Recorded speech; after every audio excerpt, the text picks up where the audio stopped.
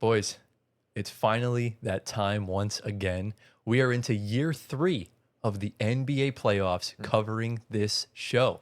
And we just saw the play-in last night. The NBA treated us to 2 incredible games between the Hornets and Heat and between the Suns and the Trailblazers. Shout out to all 4 of those teams putting up great fights, great performances.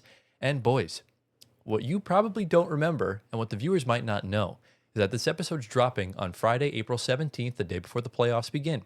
That Saturday, April 18th, is the 2-year anniversary of our first ever episode of the show. And as you can see, I am rocking the same exact shirt as I was wearing in the first episode.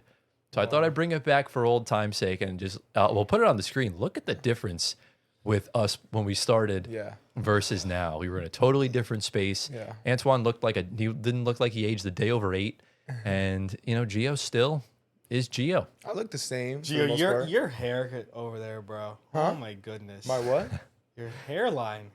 What's wrong with it? It looked better there, It looked actually. better. Yeah. And why didn't you guys tell me my haircut? Was that awful? Yeah, I don't know. I mean, I can tell in 2 years we've all definitely gotten older. Oh, we have. Chat, is my hairline cooked? In 2 years, 3 years? You did this Could be, yeah. you did this like 3 weeks ago, bro. Yeah, I think when you went for the waves, I think that kind of cooked your hairline. Nah. But you know what it is. But anyways, Who aged the most? Let's just go with that. Comment down below who aged the most out of all of us. Yeah, who aged the most? I would say it's probably you because of the beard. Yeah. So, I mean, yeah, I feel like me and Gio look the same. We just look older. Yeah. But it's honestly crazy how at that point when we started, I didn't really expect us to be at this level, posting every week, every single day. And, just shout out to you guys for supporting. We enjoy doing the podcast. We know a lot of you guys don't see it as much as the shorts, which is fine because the shorts actually take a lot longer to edit during the week.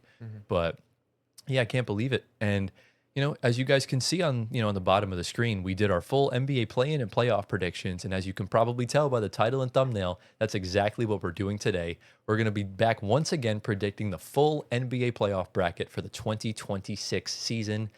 It should be a lot of fun. Obviously, we're not going to do the play-in because by the time this comes out, the play-in will be practically done by then. And I'm going to be editing this the day before the 8-seed games. So it's basically just going to be the first round all the way through the finals. We'll give our conference finals and finals MVPs along with it, as well as our NBA awards midway through the show. So boys, it's episode 104. We're 2 years into full episodes. How we doing today? Doing good. I'm always excited for this episode because we're doing awards Predictions. Yeah. Yeah, it's the time where we can make some bold claims and hot takes and kind of everything in between. That's really kind of how it is. Yeah. So it should be a lot of fun. And Antoine, I know before we started, you wanted to bring something up, some article for the intro. Yeah, I mean, I was just reading from Brett Siegel, who I'm a massive fan of. Hopefully, you can come on the show one day. That would be a dream. But since yesterday, we had the first team actually get eliminated from the playoffs, being the Miami Heat. We all know what happened. Yeah. Of course, the rumors came out this morning about what's going to happen offseason with them. We know, the team they have players. We saw last night. They got guys. Yeah. But Pat Riley is ready to blow this entire team up, according to Brett Siegel. It's about time, to be honest with you. Every player is untouchable besides Bam Adebayo. Every player's touchable, you mean? No, untouchable. No one's untouchable except for Bam. Yeah, for sorry. Bam. And they are going after franchise-altering moves, meaning Giannis. And if Giannis is an L, they're going to pivot to Kawhi Leonard. Kawhi. Yeah, because remember, they traded away Harden. The Clippers might not have a future after, especially with the aspiration stuff. If they wind up losing first-round picks, you're going to have to trade Kawhi for first-round picks that you can use. Yeah. How old is Kawhi again? I think he's like 35, something along those lines. So- He's up there, and his body's like an 80-year-old already. Siegel mentioned that Bam there was Bam talks during the trade deadline, but nothing really happened. I didn't expect him to get moved, to be honest with you. Tyler Hero is number 1 on that list. Yeah. Norm's number 2. Yeah.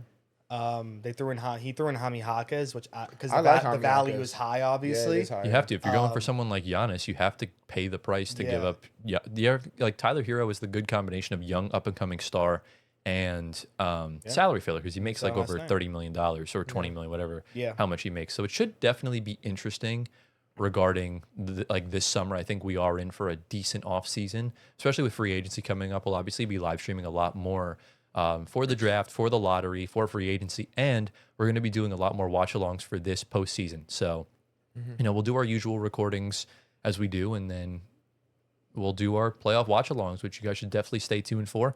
Not sure if we'll do one next week. I would like to do one if possible, but we'll just see if our schedules kind of mesh with it, and you'll see any combination of us, whether it's all three or just two of us or whatever. So if you guys do enjoy today's video, be sure to drop a like, subscribe to the channel, get us to 11K by May 1st. We got what, like 2-ish weeks? And we got to get 300 subs by then. So it's up to you guys to get us to 11K. We can do it. If you're on Spotify audio platforms, give us 5 stars, leave a review, answer the polls, all that good stuff. Follow our socials down in the description below. Our personal ones are on the screen right now. Do you guys see my guy Giovanni Squiteri on the far right corner? Be sure to get him to 1 million Instagram followers. Also, be sure to join the Discord, follow the Twitch. We're going to be streaming on Twitch along with YouTube and my Twitter, which are all linked below. And make sure you go check out the House of Highlights content that I was in. And I think that's pretty much all the housekeeping stuff, if I'm not mistaken, right? Yeah, I think that's it. Yeah, so we'll do our first 45 minutes to an hour of news, NBA awards, and random stuff. So, boys, are you ready to get into the first segment? Let's go. Into the first segment we go. So, as per usual on this show, we always open up with a news segment. And, we really didn't have one for, a while because we've been recording episodes every 4 days to try and catch up because Easter kind of threw our schedules off, which we hope y'all and your family had a very happy Easter, Passover, whichever holidays you celebrate. Hope you just had a great start to the month of April, good holiday season. Anyways, a few days ago, we get a tweet from Shams Charania that we're going to put on the screen right now saying that Doc Rivers is departing as head coach of the Milwaukee Bucks, sources tell ESPN. After a 32-50 season, the Bucks will embark on their third coaching search in the last 3 years. So for some context, we obviously know they hired Adrian Griffin 2 seasons ago, technically, and they started out the year pretty much good, and then they fired him 30 games in. And then Doc Rivers comes in, and, the rest is history. They lose to the Pacers. Giannis and Dame get hurt, and then you bring in Miles Turner, waive Dame. A whole bunch of weird stuff happened. And then obviously we know Mike Budenholzer won a championship back in 2021 and then was subsequently fired after the second round exit to the Bucks or the Celtics, and then the subsequent first of 2 first round exits to the Indiana Pacers. Shams, I love to attack me for that, went on to quote tweet saying a summer of change begins for the Bucks as Rivers exits at a 97 and 103 record across 3 seasons in Milwaukee. 2 first round exits and missing the playoff. Okay, so I was wrong. Doc was there for both of those Pacers series. Right. Okay. Because they lost to the Heat, the 8-seeded Heat. That's what caused Budenholzer to lose his job. Yes. Never mind. Because all these seasons are the same. It's so confusing. Right. Yeah. 2 first-round exits and missing the playoffs and play-in this year. The Bucks will pay out Rivers on his 8-figure salary for the final year of his deal next season. 8 figures. I mean, this year they were paying 3 coaches at once last season. You were paying Bud, you were paying him, and you were paying Griffin. Can they stop doing this to themselves? I mean, the Suns are kind of doing the same thing. Remember, or the Pistons too. The Pistons are still paying Monty Williams for that ridiculous $80 million salary. Yeah. Now we'll put some more tweets on the screen. We have a tweet from Full Court Pass. It's a video that we really can't play, but it's just Giannis and Doc Rivers walking back to the Bucks locker room after their final game against Philly. And, they were kind of laughing and joking. They were all smiles, which could lead to some interesting theories that I'll bring up later on in the segment. And then we'll put a tweet on the screen from a guy named Bruce, NW Duval 904, saying getting fired the same month you found out you were elected to the Hall of Fame as a coach is the most Doc Rivers thing ever. He's in the Hall of Fame? He just got inducted. Just got inducted this past Why? month. Because remember, he is one of the greatest coaches of all time. And look, Yeah, is he? come on. look, I'll Is be he though? I mean, look, a lot of coaches nowadays can't seem to get the job done with one championship. We know Doc is known for choking leads in the playoffs, but at the end of the day, we say the same thing about James Harden, but we know he's an all-time great. He just can't get it done in the playoffs. He always chokes in the big moments. Okay, what is Doc good at? Well, Doc Rivers was on, I forgot what show it was on, but I have the graphic here, and it shows every NBA season since 2007, 2008. Every single season was a winning season until this one. Wow. So he's had a winning record over the past however many years up until now. I think it's the past 16 seasons. He's had a winning record up until the one year the Bucks were injured and not playing good. So I would say all those seasons he's been on, good teams. He's coached good teams that are expected to win games. I would say he's underachieved, if anything. Well, Doc single-handedly gets in because of Boston. Yeah. I mean, that's kind of what it is in shorter terms. I mean, he's also got a ton of wins too. It's like it's exactly. a longevity thing, and he also played. Not that he was that great of a player, but yeah, it's the body of work that kind of goes into it. I think that people just respect Doc Rivers. I understand it. Yeah. But it's just not in terms of coaching. I don't think he's the greatest coach. he's not. But he's like a very mid coach. But as a person, people respect him. Well, there's a difference between the best and a Hall of Famer. I do think he's Hall of Fame level. Yeah. You've seen the body of work he's been able to achieve with these teams as from just a winning perspective. And that's why, and because he only has the one championship, that's why he's not in the upper echelon with guys like Spoelstra and Red Auerbach and Phil Jackson. Like those guys were elite. Yeah. They won a ton of championships. Yeah, and fair enough. Kind of battled that adversity. Listen, That's fair. you know who else is in his class that got into the Hall of Fame? Who? Amari Stoudemire. For coaches, No, just as a player. in general. Amari Yeah. Stoudemire got into the Hall of Fame this year. Stat is not really I don't believe really he should be. okay. So exactly. So you have all I'm hearing differentiating is they should opinions. up the standards on the Hall of Fame. That's all I'm hearing. Right. I mean, but again, Yeah. I get it. I do. But Stoudemire should not be there. Doc has more of a case than Stoudemire. Right. And I'm a Knicks fan, and I love Stat. That's fair. And know. obviously, they've asked Doc about like kind of what he wants to do in the future. He said he has grandkids, and I do think he will continue to coach in the NBA. But I want to go to you first, Gio, about this because it seems to me that Doc still has enough in the tank to keep coaching. Just that Bucks team was a lost cause. I think the front office really kind of mucked this team up in the worst way possible, where they're just not made to be a championship level team, especially overworking Giannis to the point of injury. So where do you think right now, and you can take into so many accounts here of current openings that can potentially happen if a coach gets fired, let's say after the first round of the playoffs this year, where do you think is the best possible fit for Doc Rivers next season? I mean, I've never been a huge fan of Doc Rivers, but if I had to think of one place, first thing that comes to mind is Orlando. Yeah.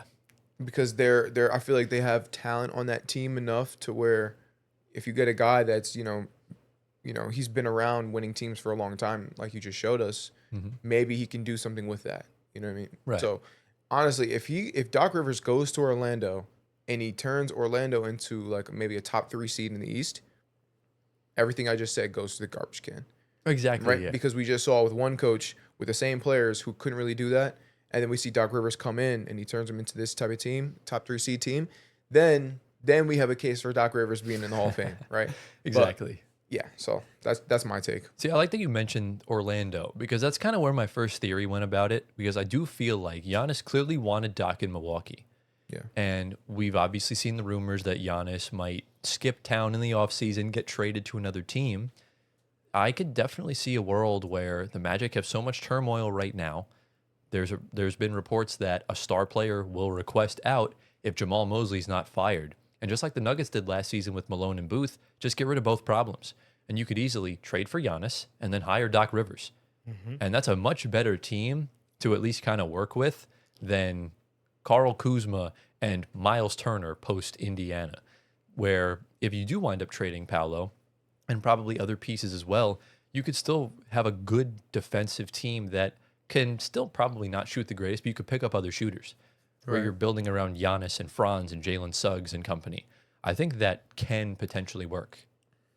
So how do we feel about that? And where do you think he should go, Antoine? I mean, to echo off Gio, probably Orlando's prime spot just because of the talent there. And we did mention previously that if Paolo requests out, I mean the assets kind of match up for Milwaukee. You're getting a young player that could be elite level in return for Giannis, obviously, with the picks and maybe some other throw-ins. And you get a fresh star in Orlando. That surrounding core is pretty good. You got young guys there: Anthony Black, Jalen Suggs, Wendell Carter, Franz. Paolo's gone. And then Milwaukee hits the reset button, which they should have done, a year ago. Miles Turner was a travesty of a signing. Again, they should have put that money somewhere else. I think that's what caused him to want to go out. Ryan Rollins is, a breath of fresh air, obviously. And the rest of the team is just there. You brought in Cam Thomas, tried to resurrect his career, but later on waived him and released him. So clearly something's not going on there. correctly for these guys to work. Besides Ryan Rollins, obviously, Yeah. because he had the keys this season to do whatever he kind of did when Giannis was injured. And Sometimes run when that offense. sometimes when you love something, you have to set it free. And that's, I think, what the Bucks Yeah. need to do. And again, more deja vu. This is, again, 2 years ago we uploaded our first episode, and our very first segment was talking about Giannis's injury leading into the Pacers series in 2024. So history does repeat itself, as Gio always likes to tell us. And I think this is probably the last time we've seen Giannis in a Bucks jersey. And I think it makes the most sense. And we'll kind of transition. This is kind of a combination of the whole Giannis trade, Doc Rivers getting fired, to the lottery. Obviously, last year we talked about the lottery a lot because the Nets had a good chance at getting Cooper Flag. Obviously, they wound up falling 2 spots back to number 8. However, very, very, very different this season, as we're going to put on the screen the current Tankathon odds. And look who's at number 3. Okay. Look at that. The Okay. Brooklyn Nets have finally remembered how to tank properly. This team was egregiously bad in the months of March and April. And just for the audio listeners, I'll just read you guys the top 10 right now. So the Wizards are currently at 1, Pacers 2, Nets 3, Jazz 4, Kings are tied for 4th, but a coin flip I think will determine who gets that 4th spot. Grizzlies 5, the Pelicans are 6, but that pick will go to Atlanta if it holds. Dallas is also tied. The coin flip will decide that. What does that lock mean right there? I mean, the pick is protected only a certain amount. So if the Jazz pick falls out of the top 8, it goes to the Thunder. Okay. So we need to make sure that doesn't happen. However, my Chrome froze, so I'll just read out the rest of it. The Bulls are sitting at 9 and the Bucks are sitting at 10. And remember, that Bucks pick could also still wind up going to Atlanta if it's better than Orlando. Wow. So who could you possibly get at 3? At 3, remember, the current top 3 in the draft right now are AJ DeBonsa, Darren Peterson, and Cam Boozer. So You get one of those guys. the Bucks won't. I'm saying you, the Oh, Brooklyn yeah. Nets. Well, don't forget Exactly. the Nets can land with the first or second pick. The Nets, the worst the Nets could land right now is 7. That's the worst we can do. So it's hope. already better than last year. Yeah. What was the worst for last year? 8. 8. It's a Well, the little worst better. for last year was 10, but only only 2 teams jumped ahead of us. Bro, I hope you get top 3. I I think- hope. I did tweet last year the Nets would win one of the next 2 lotteries. So that prediction's kind of riding on You it. guys should get possible. it. You guys should get it. It's possible. This Adam year. Silver, make it happen. It please. needs to happen, bro. We need Adam Silver to lock in and give us this number 1 pick. I mean, I'll be happy with anything in the top 3. Yeah. Because remember, we could get 2 and Washington could take someone else. That maybe we want AJ and they take Boozer. Yeah. All 3 of those guys are great picks. I Yeah. think. I think the Nets, if they get 1, I know who I'm taking. Who? AJ DeMonson. AJ? Yeah, I Fair. think he's the clear number 1 pick. Because people, I like haven't- Darren Peterson People personally. have it's a little. I mean, I get it, but there's a little friction there with that. Whatever happened in Kansas. Oh, my Chrome unfroze. Lovely. People are saying now that Caleb Wilson has passed Cam Boozer in some scouting reports. The guy from North Carolina that tore his ACL before the March Madness happened. He was doing really good. Yeah. So I don't know if Caleb gets drafted before Cam Boozer, if that would shockingly happen for Brooklyn or for any other team, obviously. But if Brooklyn falls to 4 or 5, they're looking at someone else that is really good, but not the top 3, obviously. Like I want 1 because I want AJ. I'll be happy with top 3. I'll be like with top 5. If we fall out of the top 5, you all are going to see me crash out live on stream. Yeah. Worse Because- than last year. Oh, yeah. Well, because last year I predicted we were going to fall to 8, and that's exactly what happened. Yeah. But with this, I mean, anything's possible, as Kevin Garnett once said. I will be like over the moon if we get the number 1 pick. But what's really interesting about this year's draft lottery is we're really going to find out if the draft lottery's rigged, because this is the first time we've ever seen this whole anti-tanking movement.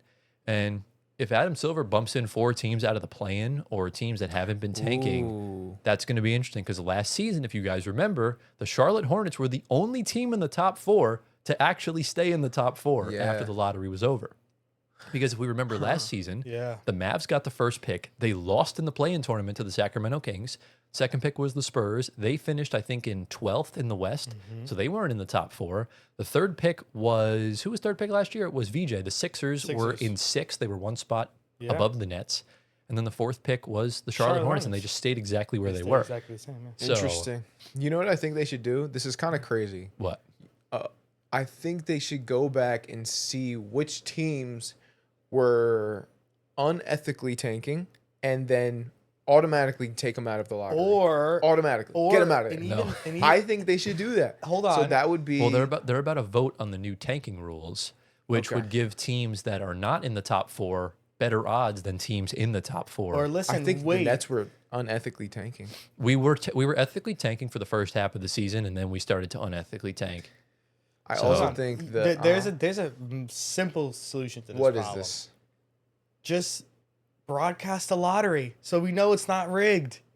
Just show us how it works. Yeah, I would love if they did the lottery live. Just show us it's not rigged, because we know if something goes wrong, like, just show It's us the probably rigged, lottery. bro. It's probably rigged. Okay, like putting it behind closed doors. Like, Yeah. I mean, do we trust these people? Like, I mean, who's really behind there besides Adam Silver and Mark Tatum? Well, that's kind of the point. You So, know? but like I said, there's different there's different repercussions up at stake. So the Wizards are guaranteed their pick because they can't fall to 8. The Pacers, if they fall out of the top 4, it goes to the Clippers, and I guarantee you that's going to happen.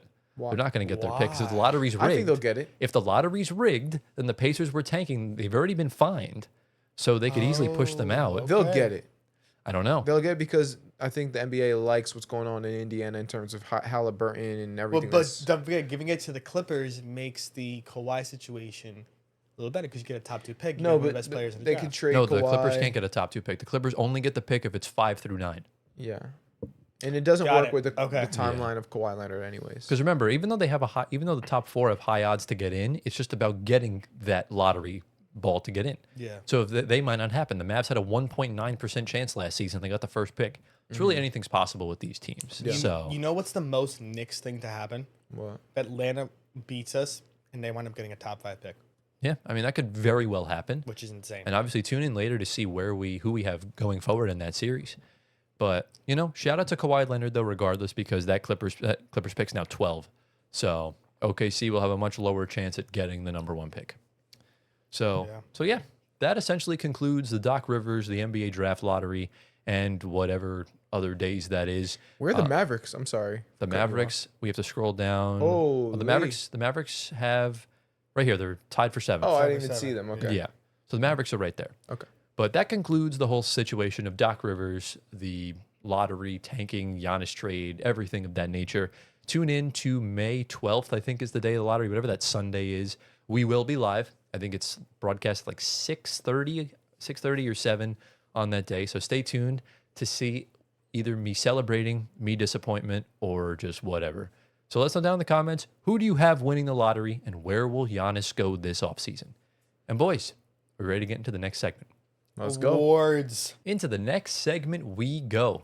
Ladies and gentlemen, welcome back to the Floor Spacers NBA Awards for the 2026 season. Now, we did this back at the start of the year predicting who would win, and then we did this in January when the season reached its halfway point, doing our midseason awards. If you guys do want to go check out those episodes, I'll link them down below or click the link above Gio's head. And today, obviously, like we did the past two years we've done the pod, is we're going to do our third time's the charm. We're going to reveal our NBA awards for this season. Now, I'll heavily preface this. This is who we think should win. This is not who we're predicting on winning, because that's kind of boring. We'll all have the same exact answers. Right. So that's kind of essentially what it is. So again, boys, I'll just kind of relay you the question as we always do. What was your main criteria with these awards? Is there anything specific? Just all bias. Not bias. Sounds like you. I mean, People have been coming at me in the comments, by the way. We'll Yeah. get to that later. I mean, there's only a few biased things for me, but I mean, I think they deserve it anyway. So, and just being aware of what the NBA is and what's going on and who the best players are and for the awards, and that's it. Exactly, yeah. Now we will preface this. We did not we kind of didn't follow the 65 game rule Yeah. because we think it's inherently dumb and useless. But we did to a certain degree. So guys that played 64 games, i.e. Devin Booker, Luka Doncic, Cade Cunningham, are all available for the NBA awards, being just like the main 5. You don't need to play 65 for like all rookie and all defensive and stuff like that. It's mainly just for all NBA and the main set of the awards.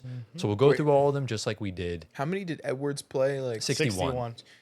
We could have put him in there. I looked through maybe 20 different videos of people giving their awards. I saw a lot of Luka. I saw a lot of Cade. I didn't see Ant once.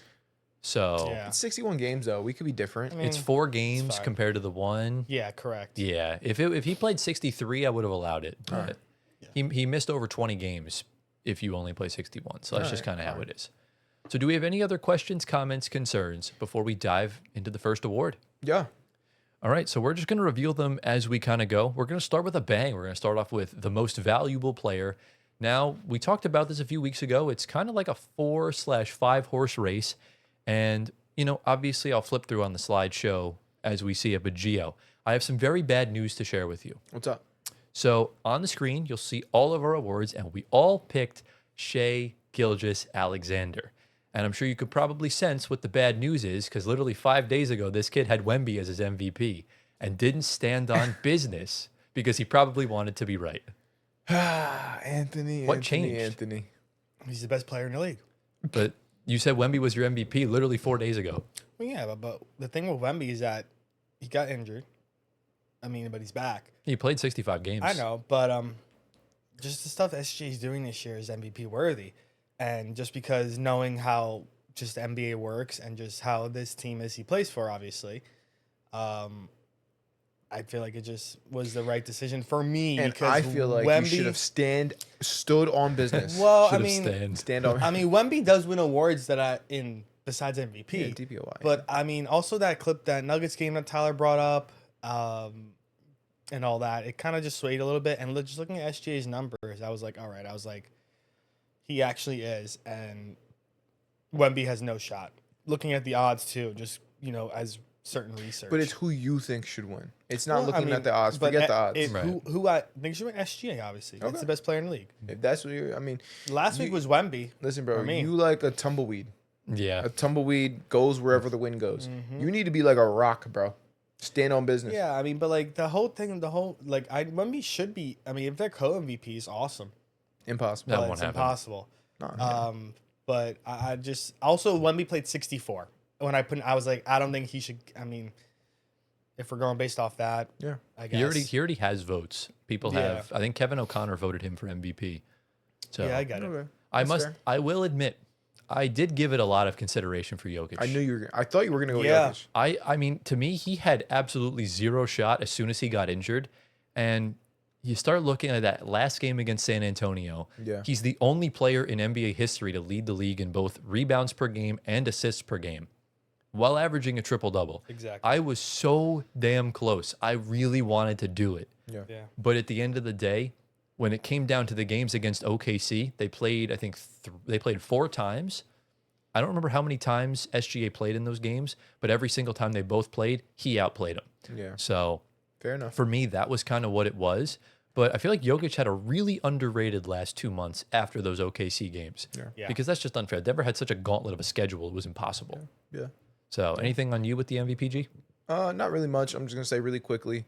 It took me a second to really appreciate what SGA does at the guard position, and now this year I can say I finally am appreciating it. Super efficient, high scoring. So he deserves it. I think that kind of put me into perspective looking back at his season stats a little bit and just like the efficiency. Yeah, he deserves Yeah. it. And compared to Wemby, obviously it's kind of like regularly the same, but looking for a team he plays for and how great they are, it's just kind of self-explanatory. Yeah, and he's an all-around player, so he deserves it. I think when it comes down to these guys that we deem free throw merchants, so him, Embiid, Denny Avdia, we know they're so good at finishing around the rim because they drive a lot, they draw a lot of contact. And, the devil's advocate argument to that would be he's so efficient because every time he misses, they call a foul. Right. And it's like a bailout. Right. But at the same time, it's like what the conclusion I would make for all 3 of those players and amongst all the free throw merchants in the NBA, they're that good that they don't need to play like that. That's kind of how I view it. I'm like, you're better than this. Your standards are so high that you don't need to rely on free throws. That's kind of how I feel. So with SGA, the most efficient 30-piece the league's ever seen, it's quite insane. So he's deserving of back-to-back. I think he's the 14th player to win or something like that to win back-to-back. I know a lot of people have, Yeah. but I think he'll be like the 4th guard to ever do it. Yeah, solid. So shout out to him. So yeah, that's the MVP. The next award we're going to get into is Rookie of the Year. Now, we obviously talked about this last week, and we talked about how Cooper Flagg and Con Knipple have both been having really solid rookie seasons. Yeah. If you do want to go check that out, link down below or click the link above Giovanni's head. Who have we gone for this award? I'm really curious to see. And we've all gone for Con Knipple. Meaning, Thank you. Dude, Thank that's you. how he looked in the game last night. Yeah, it's literally. Literally. He was like, Thank you. I'm glad you didn't put Cooper, even though Well, Cooper should look, be here too. But This is so hard. It really just depends on the day for me. I just went Con last night, Yeah. and that was a really tough night to go with Con, but I went with Con.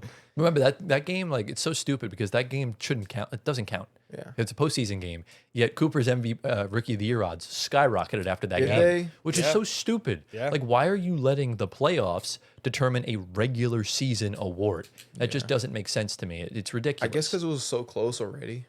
Well, yeah, because people are deciding on and their votes that's now. kind of how Polymarket and Cauchy work when something like that happens. Yeah. Because Yeah. he skyrocketed to win Rookie of the Year last morning, and then the game Last happened morning is crazy. yesterday Yesterday morning, morning. and then the game happened. He shot back down. Yeah. I It's do up and So, down. you I do know. think that last night was good for Con though, because we see this all the time, especially in college too, when guys have really good seasons and you can't miss a beat, you're going to get heavily focused in the playoffs. There's a lot more film on you and every possession counts. He'll learn from this. He was face guarded for the first time, like truly face guarded in a win or go home game. And that's essentially a welcome to the league moment. He's going to learn from this. Yeah. But as for me, he was way more impactful this season on both ends. And that's just, I feel like Cooper's going to be the better player. We know this.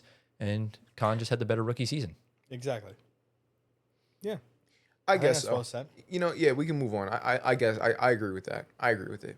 He was about to come up with an argument for Coop until I was said gonna that. try to, but I was like, I voted for Con, so let me not do that. And yeah, and Yeah. like Khan broke so many rookie records, He did. so like that's worthy of Rookie of the Year.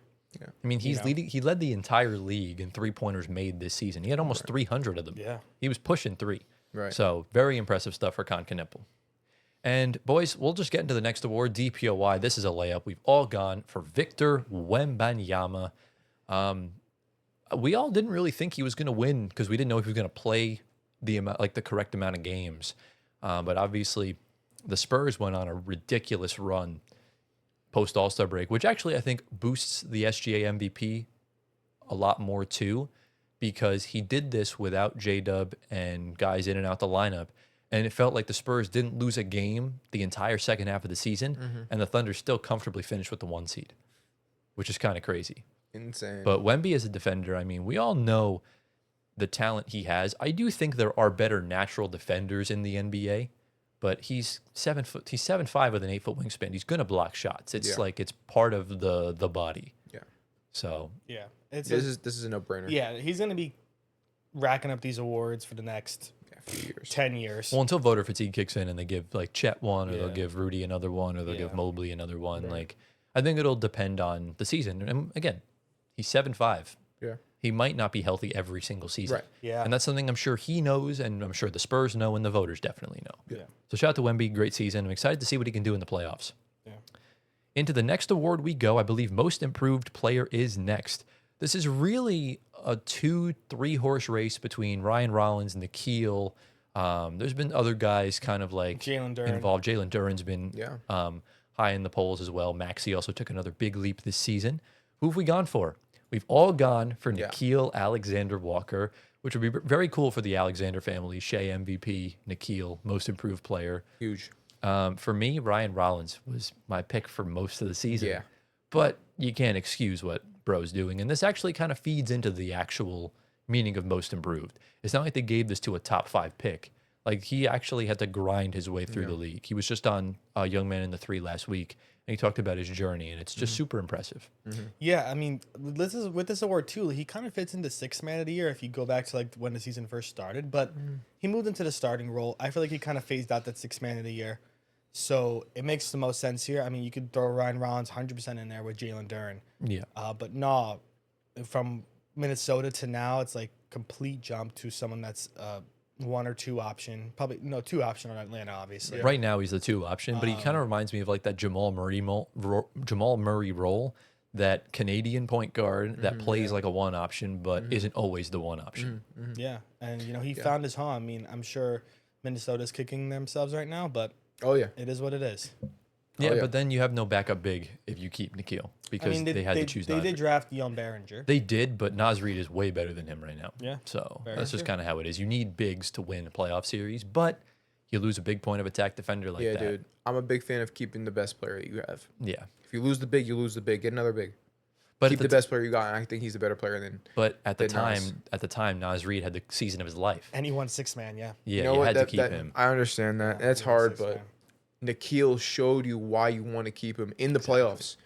He showed us that last year in last year's playoffs. But they made their decision, and I'm happy for Nikhil. They got Io. They got Ayo. Io They could got be in Ayo. this conversation next year when he signs a deal or Could 2 be. years. Very well Yeah, could Io's be. been a ton of fun to watch this year on both Chicago and in Minnesota. So, but yeah, Nikhil's been having a great season. I think he's averaging 21 a game. Yeah. And will be a major contributor in the playoffs this year, regardless of whether they win or lose. Fourth most threes this season, by the way, too. Yeah. So He's been incredible. And he shoots so weird, too. It's like a sideways, yeah. it's a very odd form, but Unorthodox, he makes it work.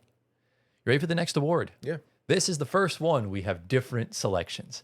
We're going to Sixth Man of the Year. I feel like we're finally past that stage of it's no longer Nas Reed and Malik Monk in the picture. We finally have some new faces.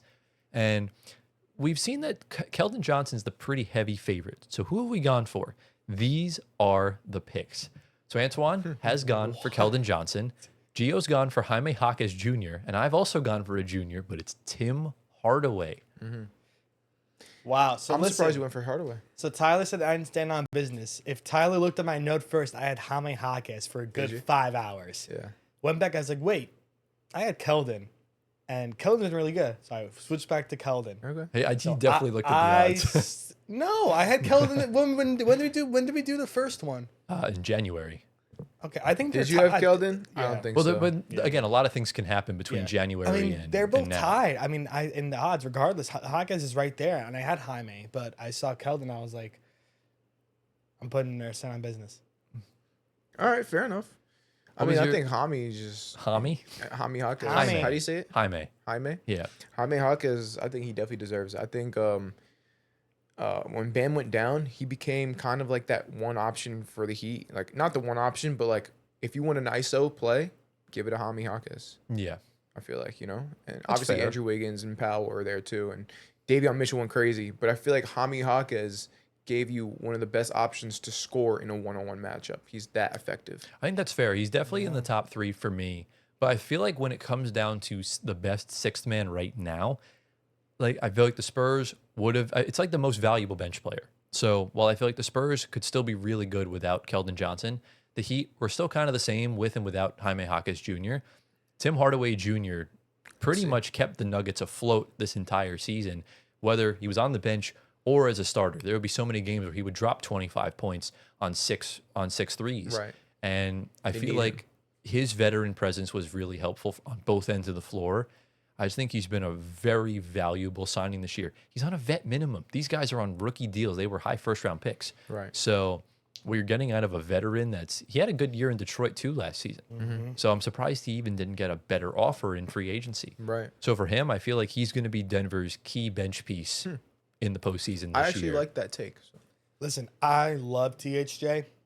Knicks draft pick, Who calls him that, bro? No one does. THJ. They just call him. They call him Tim.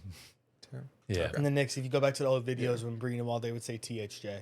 I don't know why, but it just because Well, it's his that was- initials, Tim yeah, Hardaway Jr. Yeah, but I don't know why I didn't say Right. his full name, but THJ is what they would It's say. like, But okay. listen, Knicks legend. He came back for a second stint when they signed him to that deal. I loved how he played before even in Michigan, 3-point sniper all the way through. He loved New York. I loved him and how he played, and he hasn't lost a step, even though he's gotten older. He fell out of the starting lineup. He could still fill in any time. Yeah. And his shooting has not lost a beat. That's his bread and butter. Yeah. So He'll be a big X factor come playoff time. yeah. So shout out to all three of these guys, though. Into the next award, we got Clutch Player of the Year. This is an absolute layup, especially once Ant went out with the injuries. We've all gone for Mr. Oraman, Shea Gilgeous-Alexander. Yeah. I really didn't want to give this to him because he just barely played in fourth quarters. Yeah. But when he did play in fourth quarters, he just did Closed not the deal. miss. Yeah. He just closed the door on everything. Yeah. It just felt like the Thunder didn't lose a game at all. Exactly. Yeah. So, credit to him. There's really not much else I can say about what he does on the floor. We already talked about it with the MVP. Yeah. Yeah. So let's get into Coach of the Year. Again, this was kind of another layup. I know there's other coaches, like I know JB Bickerstaff's an option. I know Mitch Johnson's been an option, but all three of us have gone for Oh the my psychotic God. man himself, I'm actually surprised you guys. Joe Mazzulla. Oh my God! I What? thought you guys were gonna think I'm crazy for putting Joe Mazzulla. Bro, the Celtics are the 2 seed in a gap year. Yeah. Yeah, I'm surprised that's the that you number guys- one yeah. reason.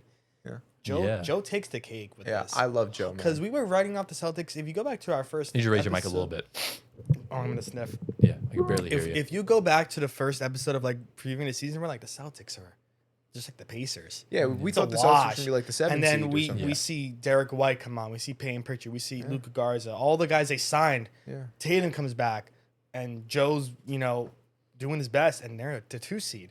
Yeah. That's a very well deserving coach of the year. Plus, his press conferences are elite. He's great, man. He's a one hell of a coach, and Yeah. I wish we had him on the Knicks, but unfortunately we don't. Yeah. Yeah. So I adore this man more than life itself. He perfectly encapsulates just like F it, we ball. That's literally Want to him. know what's crazy too is that I see a lot of him in Charles Lee. Well, yeah, he's that because they come from the Ime Udoka tree, and Will Hardy's the same exact way. Watching Charles Lee yesterday, he was mic'd up, and just his facial expressions, he Yeah. literally looks like Joe Mazzulla Exactly. on You the know, court. You're just saying his looks. No, You're just saying he Oh my looks God. like No, Joe. these- Mazzulla. no, these- I these see what guys- you no. did there. these His guys looks when he's coaching, like I at the know, I'm ball. just kidding. yeah, I'm these just guys coach the same. They don't discriminate when it comes to criticism. Yeah. Brandon Miller earlier in the season did something that pissed him off, Yeah. and he benched him. He yelled at him and told him to go to the bench. Ime Yeah. Udoka did it with Şengün last week. And Joe Mazzulla, he's not going to waste a year on a gap year. He still thinks the team's good enough, and they clearly are still good enough. So shout out to Joe Mazzulla, shout out to Boston Celtics. And that's kind of that. And boys, ready to get into the Executive of the Year. This is the last award before we get into the All-NBA I hope teams. you guys all picked the same thing I did. I don't think I did. In fact, we've all gone for 3 different answers. Yeah. So who have we gone for? Here are the picks. So Antoine's gone for Trajan Langdon as a back-to-back winner from the Detroit Pistons. No, Presti won last year. sorry. For the Detroit Pistons. Gio's gone for Sam Presti as a back-to-back winner. And I've gone for Brad Stevens of the Boston Celtics. So real quickly, because we're already 20 minutes in, it's just why you picked these guys. Well, listen, Trajan had dealt a bad card in the beginning of the season, Malik Beasley. The whole Jaden Ivey situation blew up after obviously leaving Detroit. He got off of that. Brings in Duncan Robinson, fits right in. Yeah. Heard of the deadline, and come on, this move brings him over the top. Finding Danish Jenkins after the NBA draft, Solid. that brings you over the top for this award. You I'm know sorry. what? That's a good argument. I think my argument's better. Let me hear yours. I Again, mean, I get his too. Where you salary dump Drew Holiday and Kristaps Porzingis, you bring in Anthony Simons, who had a ridiculous first half of the season on the team, and then you flip in to get Nikola Vucevic, who's now the backup center because Nemias Queta, who they found, has been playing so great. Don't Yeah, forget yes. Luka Garza. Well, yeah, obviously him too. They found him in free agency. And again, just the moves that they were able to make. I feel like Brad Stevens also definitely had some input on how Tatum's rehab and recovery process was going to go. I think the Celtics have handled this whole season with absolute well. perfection. 10 out of 10, no notes for me. Wow. Don't forget Hugo Gonzalez. Well, yeah, it's first round pick Drafting though. The too. first round pick's always supposed to hit for you. Yeah. But for me, it's just navigating through the gap year Yeah. and making the right necessary moves to make this team go over the top. And I think the Celtics did exactly what they needed to do. And as good as Dennis Jenkins is, the Pistons still really haven't found that second option. That's the reason why Trajan Langdon didn't win it for me. I mean, look, fair. I think that's a good take too because now you have two Celtics guys. You got the executive and you got the coach of the year. That's pretty Exactly. good. That works together. Yeah. I picked Sam Presti because I feel like you can never go wrong with Sam. You know why, right? I know what you're gonna say. Yeah. I'm not gonna say You know hey, it, my your sunshine. Let's Yeah. go. I just feel like That's more Daryl he's- Morey than Sam Presti. That's but the it's only fine. ad he had. Well, It's the I'm same not just talking team. about ads. I feel But like he they didn't- always they didn't need to. Yeah. they didn't need to. But here's the thing. Even though they didn't need to, he's always setting himself up for the future. And Draft so like picks. now he's gonna Remember, get the AJ Mitchell draft pick has come to fruition now. exactly and that too. And So- now he's gonna get I think the Clippers pick, right? For this coming year. Yep. Like he's always, even though their team is so good, he's always ready. He Like, also has he has a future focus that I feel like many executives don't have, and I don't mind giving him back to back. He's great, but I don't think he's going to win back to not- back. yeah. It's hard to win back to back in Yeah, this award. Yeah. he's probably not going to win, but he's He- my pick. It's he fair. also has a Topic and Sorber. Yeah. Berkey's coming back. Yeah, they'll come making back. their way. Really high picks for them. They're gonna be even deeper. Yeah, So. not bad. Shout out to these guys. So that concludes the NBA awards. It's time to get into the All NBA teams. We're just going to reveal all of them one by one, not this hour-long nonsense because we have the main segment coming up later. Yeah. So we'll start off with All NBA first team, and here is what we've got. So, I mean, should we read out our picks for the audio listeners Yeah. if we so want to? So, just whoever wants to go first, go first. I got SGA, Luca, Cade, Jokic, and Wemby. What the hell are you doing? What? Why is Jaylen Brown not here? You know what? That's a good question. Jalen should be in Oh there. my I God. yeah, I don't know. Yeah, me and Antoine have both gone for Shea, Jokic, Jalen Brown, Luca, and Wemby. Did you Yeah. do an uh-oh? I did. Come on, you're like Jaylen Brown's hype man. I know. I love Jalen. I actually had him as my MVP going like on? halfway through. But to be fair, though, if you're not going to forgot. put in Jalen Brown, I'd rather it be Cade Cunningham than anyone else. Yeah. So it's not terrible. it is terrible on my part. I mean, it the should top, be Jalen Brown. The top four should be like like set in stone with Luca, Wemby, SGA, and Yeah. Jokic. So I mean, it's fair. I mean, I'm not pissed off at you that you put Cade, Yeah, I know that. but I think Jalen Brown deserves it more so For the sure. fact that there was no Tatum for like 90% of the season, we'll say, Yeah. for easy math. Yeah. So yeah, not so bad. It's I all feel right, like G. these teams are fine where they are. And again, maybe next year we'll do this as the main segment that way we can talk about these more, but we're kind of on a time crunch here. We don't want to have this episode be 3 hours long. Yeah. Are you ready to get into all NBA second team? Yeah. Yeah. Here is who we have. So I got Jalen Johnson, Tyrese Maxey. There's Jalen Brown, Kawhi Leonard, and Donovan Mitchell. What the hell? Where the hell is Jalen Brunson for you two? You'll see. Not there. Okay, he's second team. He's not third team. Read Okay. your five. Same thing as Tyler, Cade, Tyrese, Spida, Kawhi, and then the only one different is Jalen Brunson for me. And Oh then, wow, Jamal Murray's high. and then I've gone Cade Cunningham, Tyrese Maxey, Donovan Mitchell, Kawhi Leonard, and Jamal Murray. I think it's really slipped through the cracks this season how good he's playing. I mean, he's playing out of his mind. He's averaging over 25 a game. He's averaging, I believe, over 7 assists a game. He's shooting elite from three. He's been steady hands, especially when Jokic went out injured for that month. And I tweeted it out earlier in the season that he'd be all NBA second team. So I have to stand on business, unlike Yeah. Anthony. Okay. So that's I just don't kind know. of how I don't know roll what around he's here. talking about. That's pretty high for That Jamal is Murray. I mean, he's having a completely good new. season. He's having a great season, man. Yeah. Is he in my third team? I don't even know. I don't think you put him there. He better be in your third team. That's He's basically not on my all I'll third say. team. I'll tell you that. How dare You'll you? see sir. why. I think he is. You'll see on why. mine. I don't know why. Jalen Johnson's a little high for second Yeah, team. Jalen Johnson a little high. little yeah. high for second Yeah. team. I'd rather you put Jamal Murray in there and move I'd rather Jalen put Johnson Jalen down. Johnson there. Fair enough. It is Tyler, what it is. Tyler should have said I stand on water.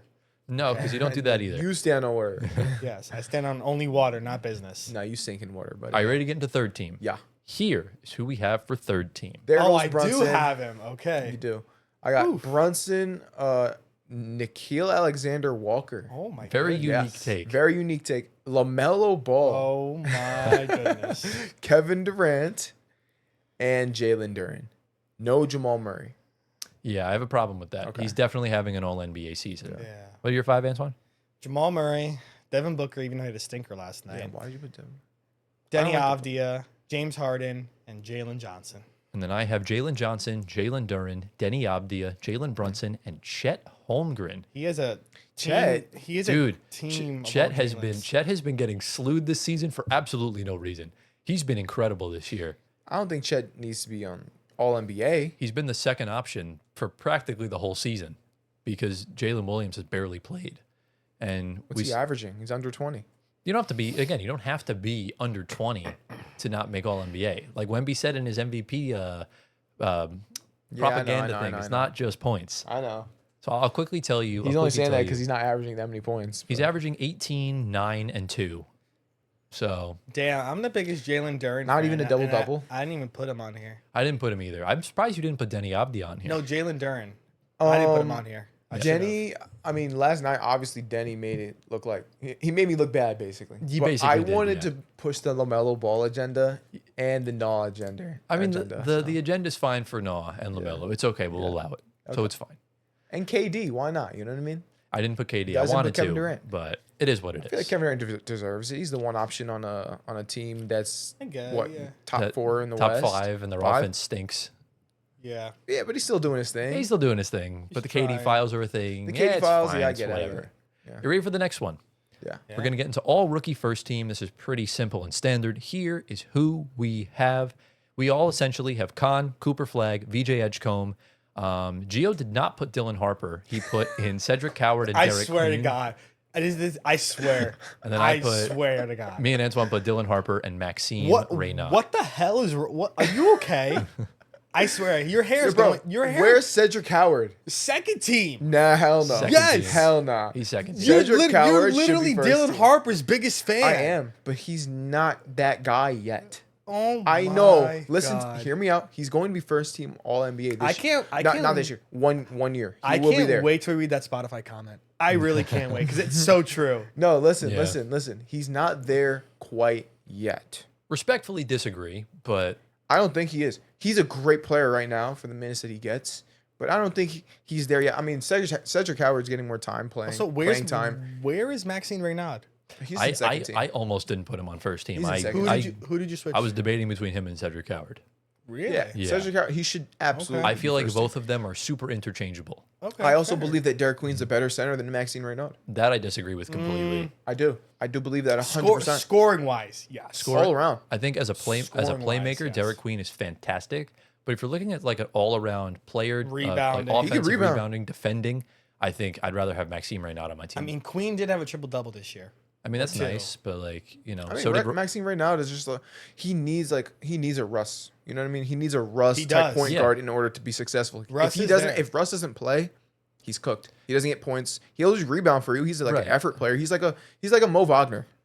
That's way better than that. Mo No, Wagner. he's not better than Mo. No, he's He's way better. literally Mo He's Wagner. bro. way He's not. better than Mo Wagner. He's Stop literally it. Mo Wagner. Reynaud's ceiling is literally through the roof for Sacramento right Compare him to a player right now. now. Maxine Reynaud right now reminds me of a young Mo Wagner. Kristaps Porzingis, What? which is weird. That's a terrible take. I was Why? I was gonna call him like a Walmart Wemby. Hell Why no. is he a Walmart? I don't think he's a Walmart Wemby. They literally grew up together. They played against each other a lot of times. Wemby's super high on him.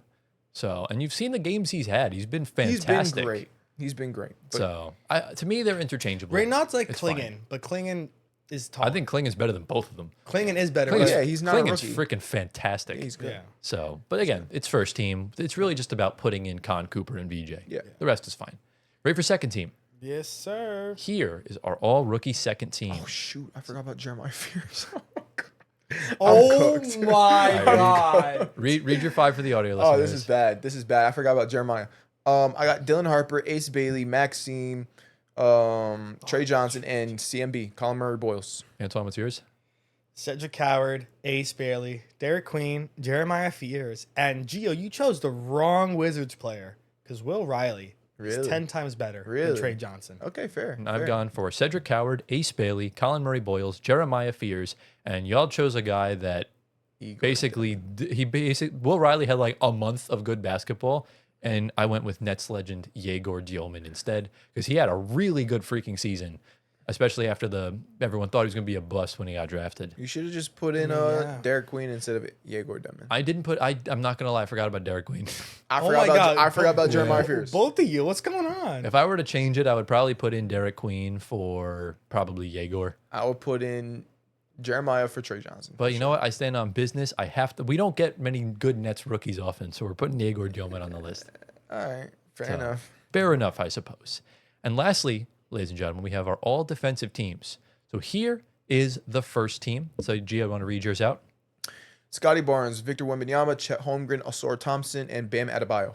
Antoine, Oh my god, this guy. just read your What, five. bro? Just read your five Where's first. Rudy? Hell Just no, you read know your me. five. You know me. Wemby, Chet, Rudy, Bam, Derek White. I like Derek White. Good. And I've gone for Wemby, Chet, Rudy, Scotty Barnes, and Asar Thompson.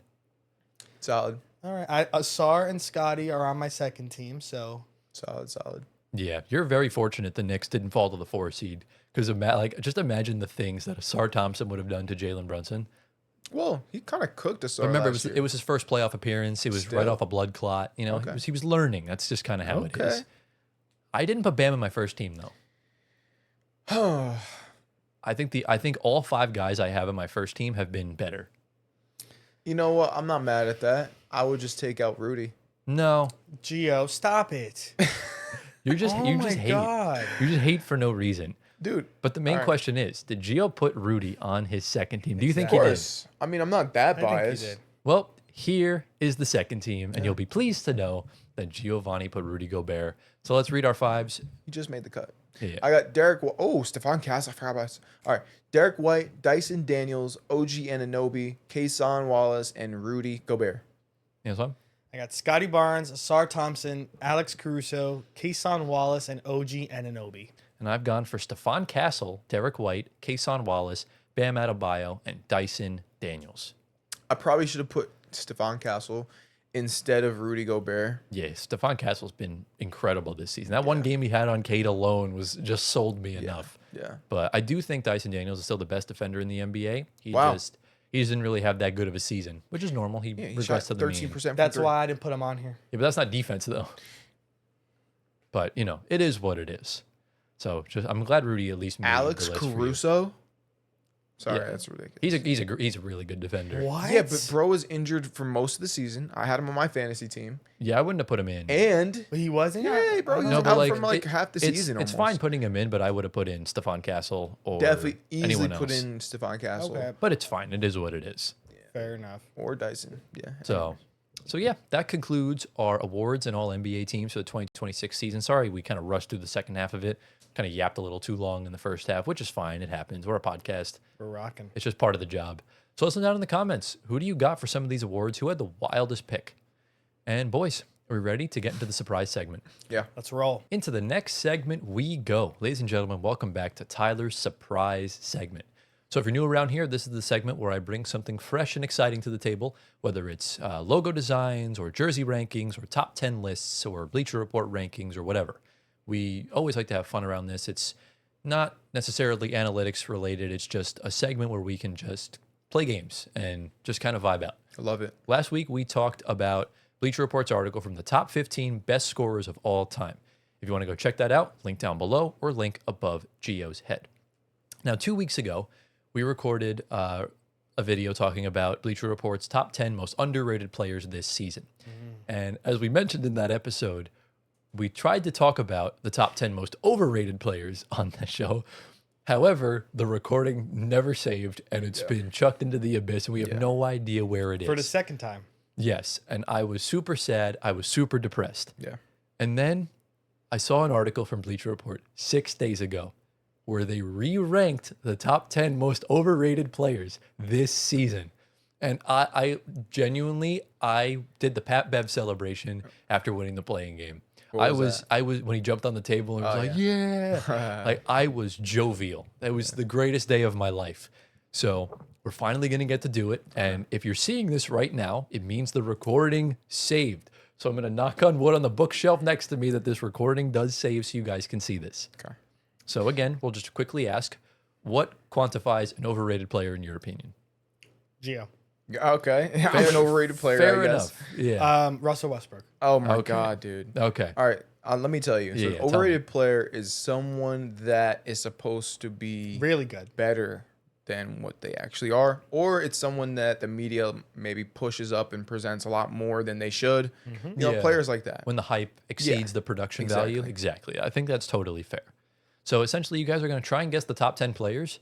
And once you guys start to struggle, because I know you're not going to get all 10 right away, I'll tell you what teams they're on, and then we can kind of go from there. Yes. Thank So you. are we ready to go? Any other questions? No.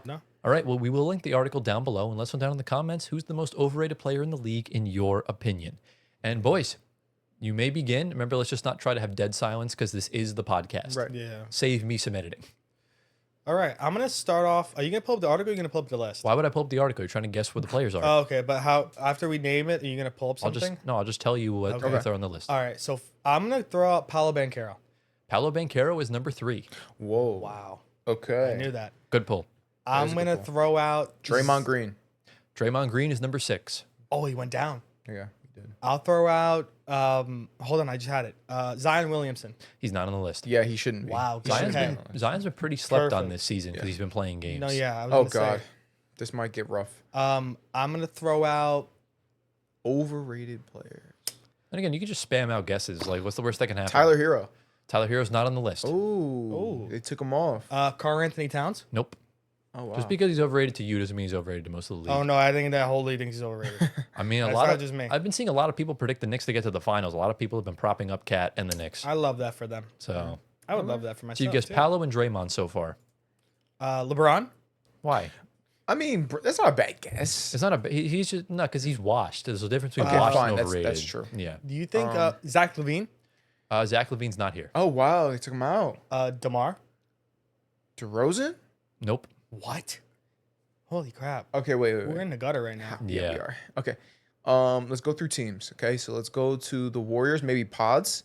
No, Draymond's the only warrior. I'll help Only you out. Warrior. Okay, let's go to what's another team? Oh, DeAndre Ayton. No. Wasn't he on this list? Yeah, but this is a was. different list. It's But it's they still he's re- still DeAndre Ayton. they There's- re-ranked it. I Yeah, guess. again, there's a lot of players did not return on this list. Only out of the 8 you have left, 3 of them are not on playoff teams. Can you just tell us if there's like there's no all stars here? There's a couple all-stars. There's a couple all stars. Yeah. Okay, this helps. Embiid? From this year, No, it can't be Embiid. No, it's just in their whole just career. on their Yeah. over. Got it. Okay. So let's go. It can't with, be Embiid, right? He's not here. Yeah, it can't be. He was not overrated this year. Yeah. Paul George? You can guess it. No. Wow. I don't think he's overrated. Yeah. Okay, hold on. Again, don't overthink it. Just spam out guesses. Let's go to the Hornets. Yeah, but if we spam out guesses, Again, this is better than you overthhinking. we don't I got want to it. look I we got don't it. want to look I stupid got out it. here. I got it. Yeah. John Morant. John Morant is number 8. Nice. Well done. Nice. Well done. Okay. All right, so you got 3 so far. Let's keep it going. Triple J? No. No. I doubt that. There's only 2 more that are not on playoff teams. And one of them is an all-star. The other one is an NBA champion and not an all-star. This is Jalen Williams. No. This is crazy. I'm having a blank. Yeah. All right, well, we gotta go through Um, teams. I know. now. I'm just go trying to. through. Chicago. They're Anybody pretty- from Chicago? No. They're pretty evenly split throughout both conferences. Milwaukee. MT. Miles No. Turner. Miles Turner's not there, but there is someone on the Bucks. Oh. Oh, Kyle Kuzma. Kyle Kuzma is number 9. Yeah. He's still on the list, bro. Yeah, He so I will deserves- help he you out. If you deserves if to you be. go to a team, I'll just tell you if there's a player on That that helps. team. That helps. Let's go to Washington. No Washington Wizards players. Let's go to Miami. There is a Heat player. Oh. So we gotta go with. You did you say Tyler I Hero? said Tyler. He said no. We can go with Wiggins. No, Nah, bro. You can't do that anymore. he's no longer a Wiggins fan. I converted, love it. bro. Is it Norm? It is Norman Powell. He's number 2. Interesting. What? I mean, this dude got benched after being an all-star. I'm not really surprised that he's on here. He's been playing like crap. Oh my god. Wow. The Norm train is down off the everyone's off the Norm train. That's I kind of guess. crazy. I think bro just wanted that all-star and he was chilling. Maybe. Wow. So you guys have 4 so far. You're missing 1, That's 4, it? 5, 7, and 10. Any Knicks players? No. Any And- Hornets players? No, I already said no. Oh, you said Nets? that. No Nets. Again, everyone left. Well, there's one player left that's an all-star that's not on a playoff team. The rest are all on playoff teams. Utah? No. Dallas. We're talking foot of the league here. We're talking like really Sacramento. bad. Yes. There's DeMar DeRozan. no. Russ? No. Sabonis. Sabonis. Sabonis is number 5 on the list. Well, he barely even played. I mean, the injuries are over. Even yeah. still, he's just the production you've been getting from him the past few seasons in the playoffs have not been good. We haven't seen him play in like over 2 years. So you're missing 1, 4, 7, and 10. One. I will guarantee you that number 10 is going to result in the biggest crash out Gio will ever have on the show. well, I said Russ. He's not. Oh, no, you'll see when it happens. But keep it going. Alrighty. These are all playoff teams, remember. Playoff teams. Okay. Yeah. We said the Suns, and there's no one on. There is one on the There is Suns. okay. Yes. Is it Jalen Green? No, It's not Jalen Green. Is it? Don't tell me it's Dylan Brooks. it is Dylan no Brooks. way. Yeah. Is he number 10? He's number 4. What? Wow. I don't like that. Dylan Brooks gets such a bad rap around the league just because he talks so much Oh, smack. but he had such a good year. I don't like that. Yeah, I disagree with that one completely. What about the Rockets? There is no Rockets on the list. Timberwolves? Nope. Nuggets? No. No Thunder, right? No. Lakers? We said No. no. Clippers? These are all in the East. Oh, wow. Yeah. Boston? There is a Boston Celtic. Don't tell me it's Jason Tatum. It's not Jason Tatum. Peyton Pritchard? No. Don't tell Derek me. White? Don't tell me it's Jalen Brown. It is Jalen Brown.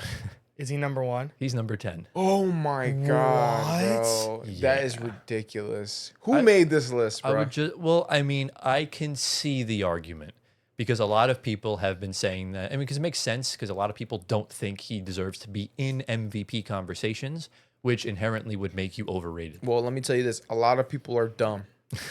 Okay? I mean, I mean, listen, you're you, not wrong. You didn't put him in first team All NBA. You're enemy number Well, 1. I know I should have. I should've, made a yeah. mistake. But I can see the I argument see it there. because Tatum's out. He finally blossoms. When they're But that doesn't together, mean he's overrated. What? it means they can't play a 2-man game duo together. That Essentially, has it's not nothing even to that. do with overrated. Like we talk about a guy like John Morant because he's touted as a superstar.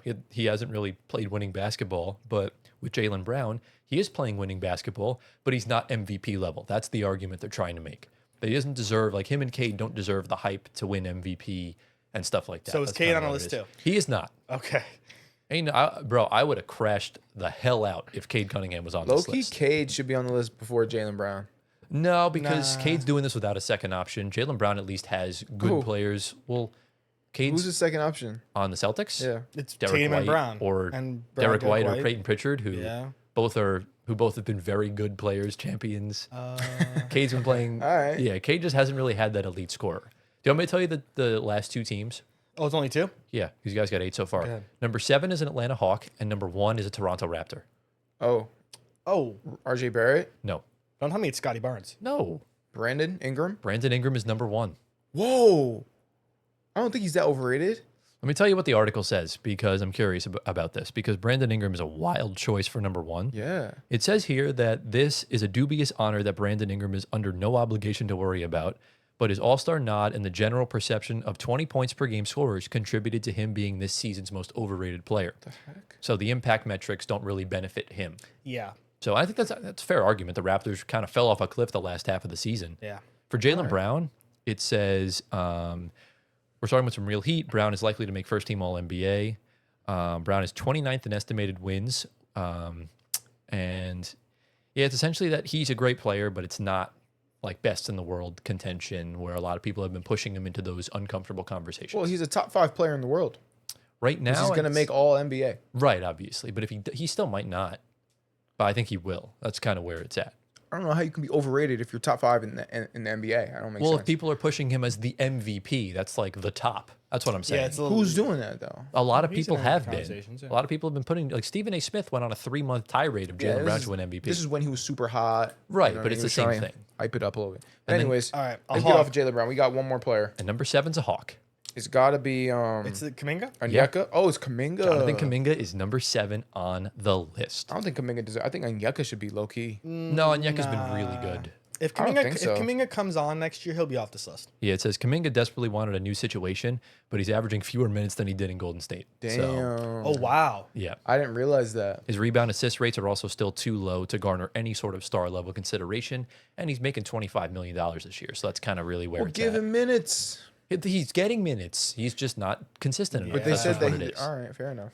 He had, So- he had his first game, which was really good, and that was it. Yeah. So for the audio listeners, I'll read you off the list. So Brandon Ingram was number 1. Norman Powell was number 2. Paolo Banchero was number 3. Dylan Brooks number 4. DeMontis Sabonis number 5. Draymond Green is 6. Jonathan Kuminga 7. John Morant 8. Carl Kuzma is number 9. And Jaylen Brown is number 10 on the list. I'm not a big fan I of don't this think. top 10. Yeah, me neither. Any notable snubs? Cat, Aiton. Yeah, I would say definitely they deserve spots on this list. over the players that were number 10, yeah. Yeah, so like over Yeah, Jaylen number Brown. 10, yeah.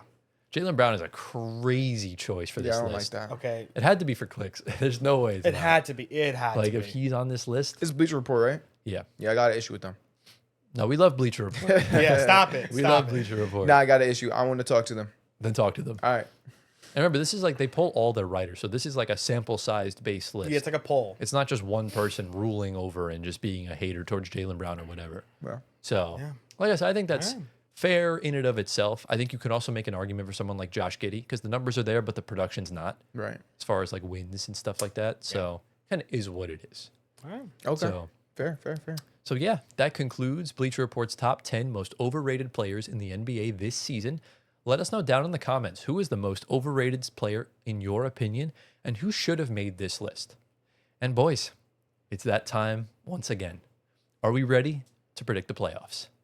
Let's go. I thought he was going to say I got to go to the bathroom because I got to go to the bathroom. Welcome to the second half of the show, ladies and gentlemen. It's the main segment. As you can tell by the title and thumbnail, we're going to be revealing our full 2026 NBA playoff predictions. That's why we're doing the full bracket just like we do every single season.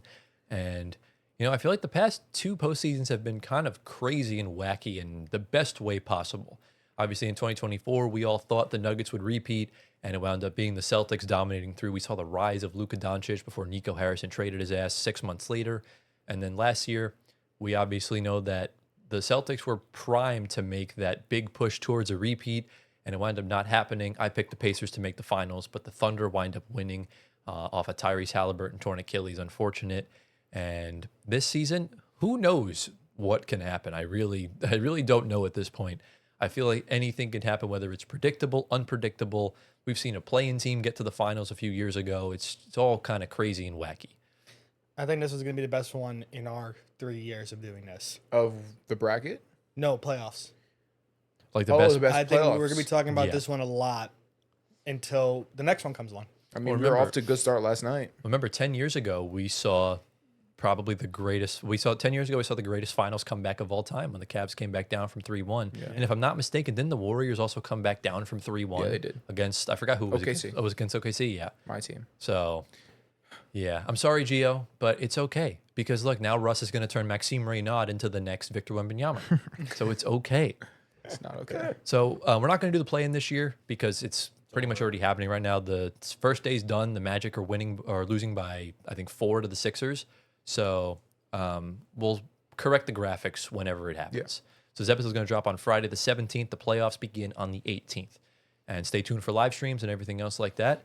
And boys, is there just anything you want to mention kind of before we dive in? Was there anything specific you were looking for here in these matchups for your predictions? Realistically, no. Just off my gut. Yeah, me too. Yeah, that's fair. Yeah. I think that's totally reasonable. So we're going to get right into this. Let us know down in the comments, who do you have winning the NBA Finals and who is your Finals MVP? And boys, are we ready to get into the first round of games? Yeah, let's go. Let's go. All right. So on the screen right now, you are going to see the official playoff bracket for the Eastern Conference. I changed up the graphics completely this year. Rather than doing the normal thing that took me a while to edit. If you want to go check out the other 2 episodes, I'll link them down below. I think this looks pretty good. But then again, I always like to sell my work short. So what do you guys think? I like it. I know exactly what we're doing. Looks pretty clean. Yeah. So again, for the audio listeners, I'll just read it out just for the sake of clarity. The Pistons take on the winner of the playing game, so the Hornets and whoever loses between the Sixers and Magic. The Cavs play the Raptors, the Knicks play the Hawks, and the Celtics play the winner of the Magic-Sixers game. They are playing at the time of recording, so whoever wins that game for the edit, it will be fixed. The logo will be there. I just have the Sixers there as a placeholder. So again, we're going to reveal this one by one. So we're going to do it just like our power rankings. When we'll read out our 5 players, you'll just read out, you have this over this in however many games, just for the audio listeners' clarity. Yeah. So Antoine, you, my friend, are headlining the first segment. Go ahead and read out your first round series. Yeah. So starting from top left, I got Detroit over Charlotte in 6 games. I have Cleveland over Toronto in a gentleman's sweep with 5. First 7-game series. Knicks, Hawks, Knicks get it done in 7. And then Celtics, gentleman's sweep, the 76ers, 4-1. Wow. Yeah, the East really just is not that competitive, right? That's why I was so bummed with the way the seedings kind of fell, because I feel like Cavs Hawks would have been a way better series. And now I just really feel like it's Knicks Hawks. Like the Hornets are cool, but they might not even make it out. I just feel like we're not really getting treated to a great set of first round games in the East. I agree with think, that. I think the best series, I think Charlotte has potential. Knicks but Hawks is the best I series. think Knicks Hawks is the series to watch. Knicks Hawks, yeah, for sure. I think because it's the talent overall on both sides, plus it's the Mecca. Yeah. I would say, look, believe it or not, I do believe the Celtics Sixers, if Embiid is healthy, watch out. If Embiid is healthy, watch out. I think they can do some damage, but I still have the Celtics winning that, of course. Yeah. Yeah. So I really don't have an issue with any of your series. I feel like anything can go any way, especially with that Knicks Hawks. I'm curious to see what Gio has for that series. So Gio, do you want to get into your first round matchups? Yeah, let's go. All right, go ahead and read out your results. Yeah, so starting from the top left, we got Pistons in 5. We got the Cavs beating the Raptors in 6. We got the Knicks, same thing as Anthony, beating the Hawks in 7. And we have the Celtics beating the Sixers or the Magic in 6.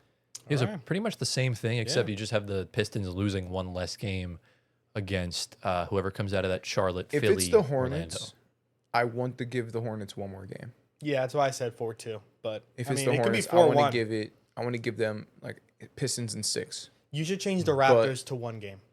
Yeah, but I'll leave it alone just for Yeah, Fetty. that's 'Cause fine. that's my boy. Yeah, leave it. Fetty's a give friend of the show. He's been on the show before. Yeah. So shout out to him. I think, I don't know. I feel like the Hornets, they could give the Pistons fits. I think so. I don't the three-point know. shooting, man. If they're hot, Right. I mean, I feel like the big headline with this series is going to be the Diabate-Duran matchup, just like we I saw a love few it. months ago. Yeah. It's great. The rematch. yeah, like think about it. They're both physical teams. Yeah. And then the one difference is that the Hornets have guys that can shoot it.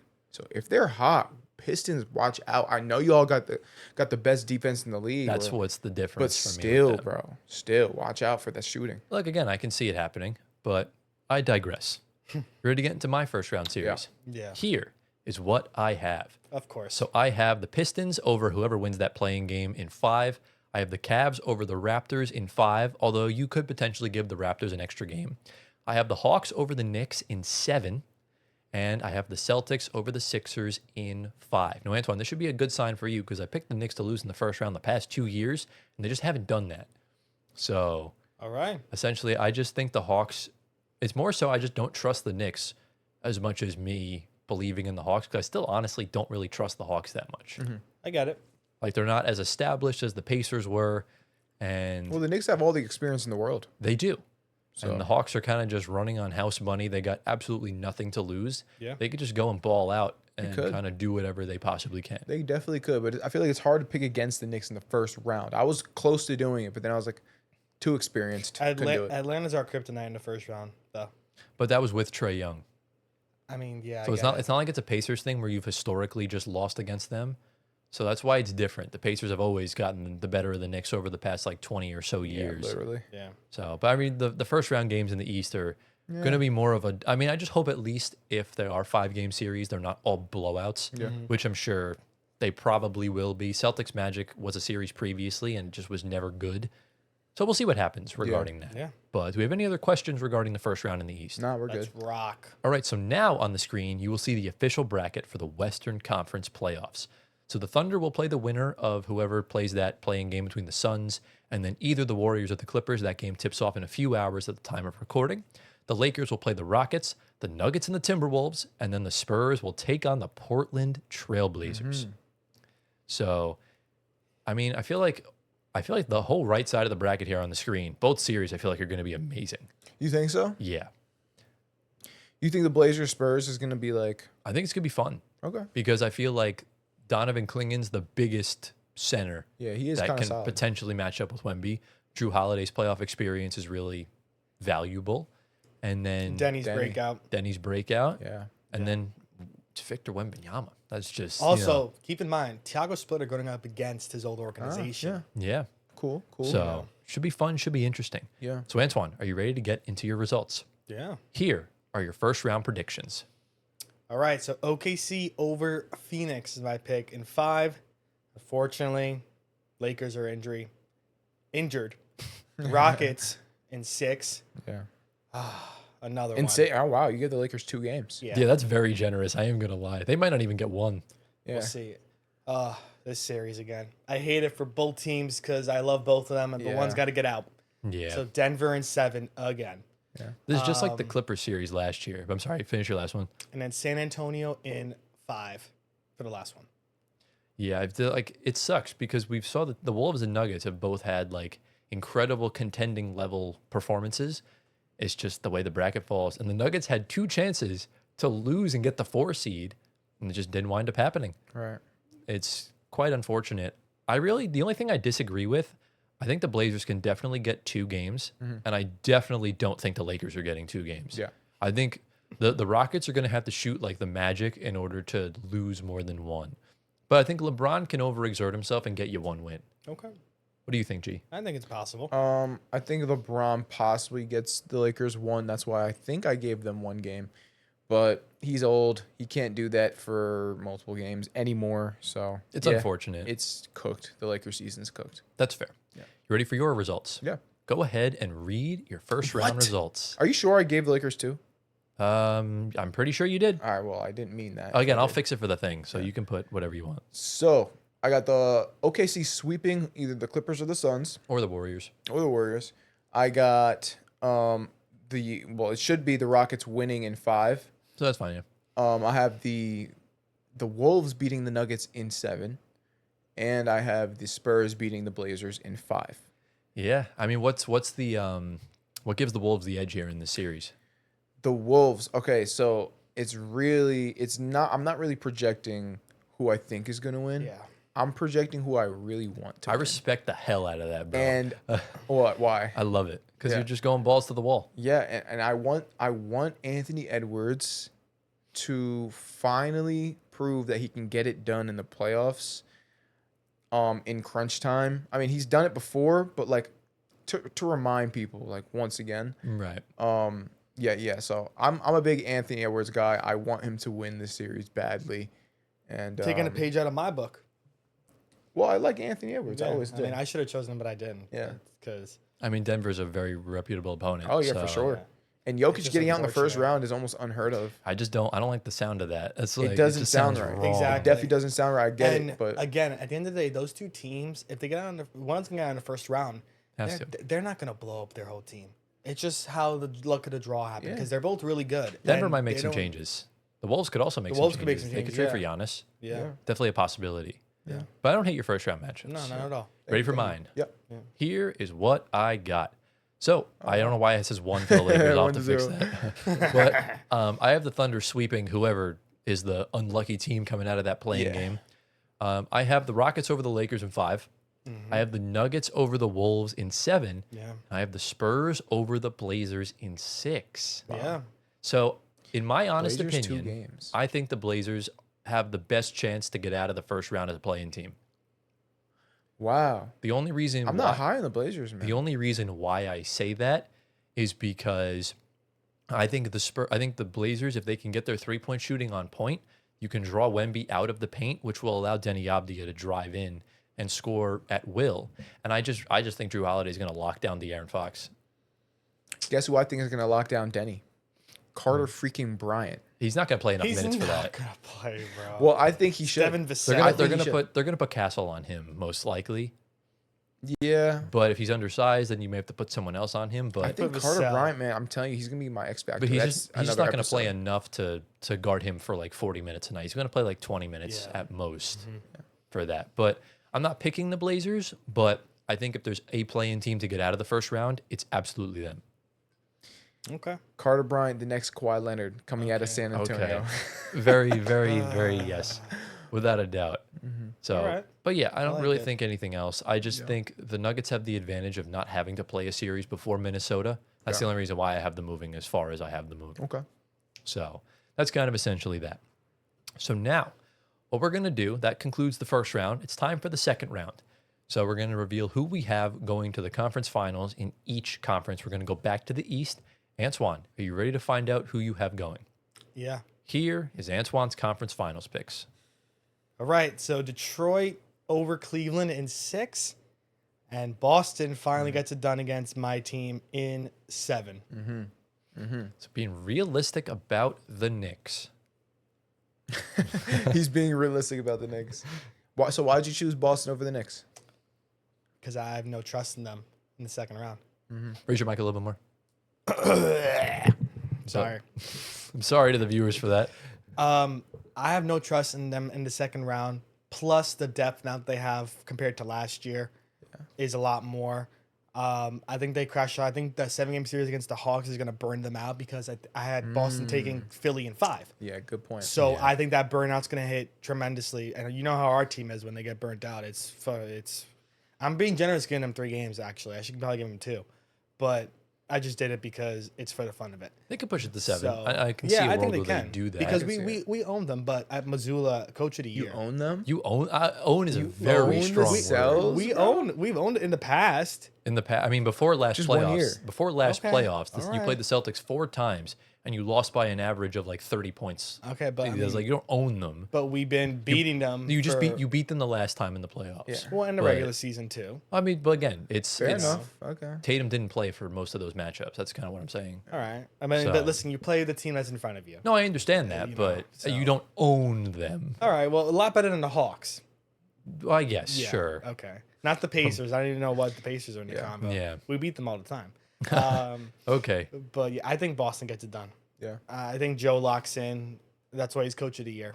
Yeah. And all those guys they have that they added Yeah. along the line as well. They got some hoopers. So Very fair. G, you ready for your conference finals Yeah, let's go. or your second rounds? Read Second round. your second round results. So I have the Pistons beating the Cavaliers, the frauds, aka the frauds, in 6 games, and I have the Celtics beating the Knicks in 6 as well. Knicks in 6. that's I reversed it by accident. I'll you fix it. reversed by Yeah. accident. It's okay. It's a lot of graphics. I'm Yeah. confused. I know. All right, Um, G. No win. No, I have Yeah. nothing else to say there. Yeah, I don't really I have an think- issue with it, No. but I guess just one less game for the Knicks to Yeah. win. I should have gave the Cavs 1 game, honestly. No, But it is what it is. It's a second round, Yeah. so I guess it really depends. You would hope they get 2. Well, because based on your situation, the round. Cavs will get it out of a 6-game series, so they could have good momentum going into They Detroit. could, yeah. It's very much Yeah. possible. Yeah. I do think the two teams play close. They do. Yeah. Yeah. Yeah. Very true. Are you ready for my second round? Let's see it. Here is what I got. So I have the Pistons over the Cavs in 6. I thought about this long and hard pause for quite some time. I really wanted to pick the Hawks. Yeah, I know. I really did. And then I thought to myself, I have the pick at the start of the season, so I really don't have to pick them here. Yeah. So Well, if you wanted to stand on business, if you I would. wanted, I mean, I am still technically standing on business, Nah, you're but like I half on business, but half off. what I did tell you earlier in the season was that if they can avoid the Pistons or Celtics, or if they could avoid the Celtics until the conference finals, that would be better, because I feel like the Celtics could tire themselves out if they got into a 7-game series with the Knicks. But the Hawks being the falling down to the 6th seed, in my opinion, cost them the conference finals. Yeah. Because I would have picked them against Detroit in a second. Really? It wouldn't have even been a debate for me. Wow. But Boston, I think, is the one team in the Eastern Conference don't that wanna can play. beat them. Yeah. And the one thing holding them back, in my view, compared to Indiana, is that I mean, Tyrese Halliburton is an established all-star already. He had been playing at this level. They already made a conference finals run. Siakam is a champion and is a big playoff X factor. Jalen Johnson kind of cooled off towards the end of the season. I'm a little worried about long-term. They could also lose to the Knicks. And I think the 7-game series will tire them out. They're just not, I think they're a year early right now for my liking, which is going to be unfortunate for them because I have the Pacers winning it all next season. But I think right now Boston's too on fire. Yeah. And I think they're going to take them out. And I was pretty close to picking the Cavs. I'm not going to lie to you. I think the lack of a second star could hinder Detroit. Yeah. And I think you could easily see the Cavs make the conference finals. It's just, I'm just convinced at this point that James Harden won't show up in a game 7, and I'm convinced that Embiid or Donovan Mitchell will just never make a conference finals. So Yeah. I think both of their teams will wind up just going home. I didn't want to be boring, but I think the Pistons are just too hot right now. Yeah. All right. Yeah. Good takes. Yeah. Thank you. Are we ready for the Western Conference? Yeah. All right, Antoine, you are headlining this first. Go ahead and read your Western Conference second rounds. Oh wow. All right. So I have OKC gentlemen sweeping Houston there, Yeah. and Denver over San Antonio in 6. I was Wow. going between 6 and 7. Gio, don't do it. And I landed on 6. I don't think San Antonio gets to game 7, unfortunately. I think a little fatigue starts to hit Wemby. In the altitude, Yeah. Oh, I didn't factor that in. Well, Denver's not moving on anyways. In my can I raise a bracket. question to you, actually? Because you experienced this last year. Because the Celtics whooped the Knicks' ass all season. It was a concurrent thing amongst everybody that the Celtics were going to sweep them in the second round as the defending champions. And we all know defending champions don't get out of the second round since 2019. The Rockets are in that exact same spot. OKC's shellacked them all year. And here we have a defending champ in the second round. Do you think there is a capability of Houston to potentially pull off what the Knicks did last year?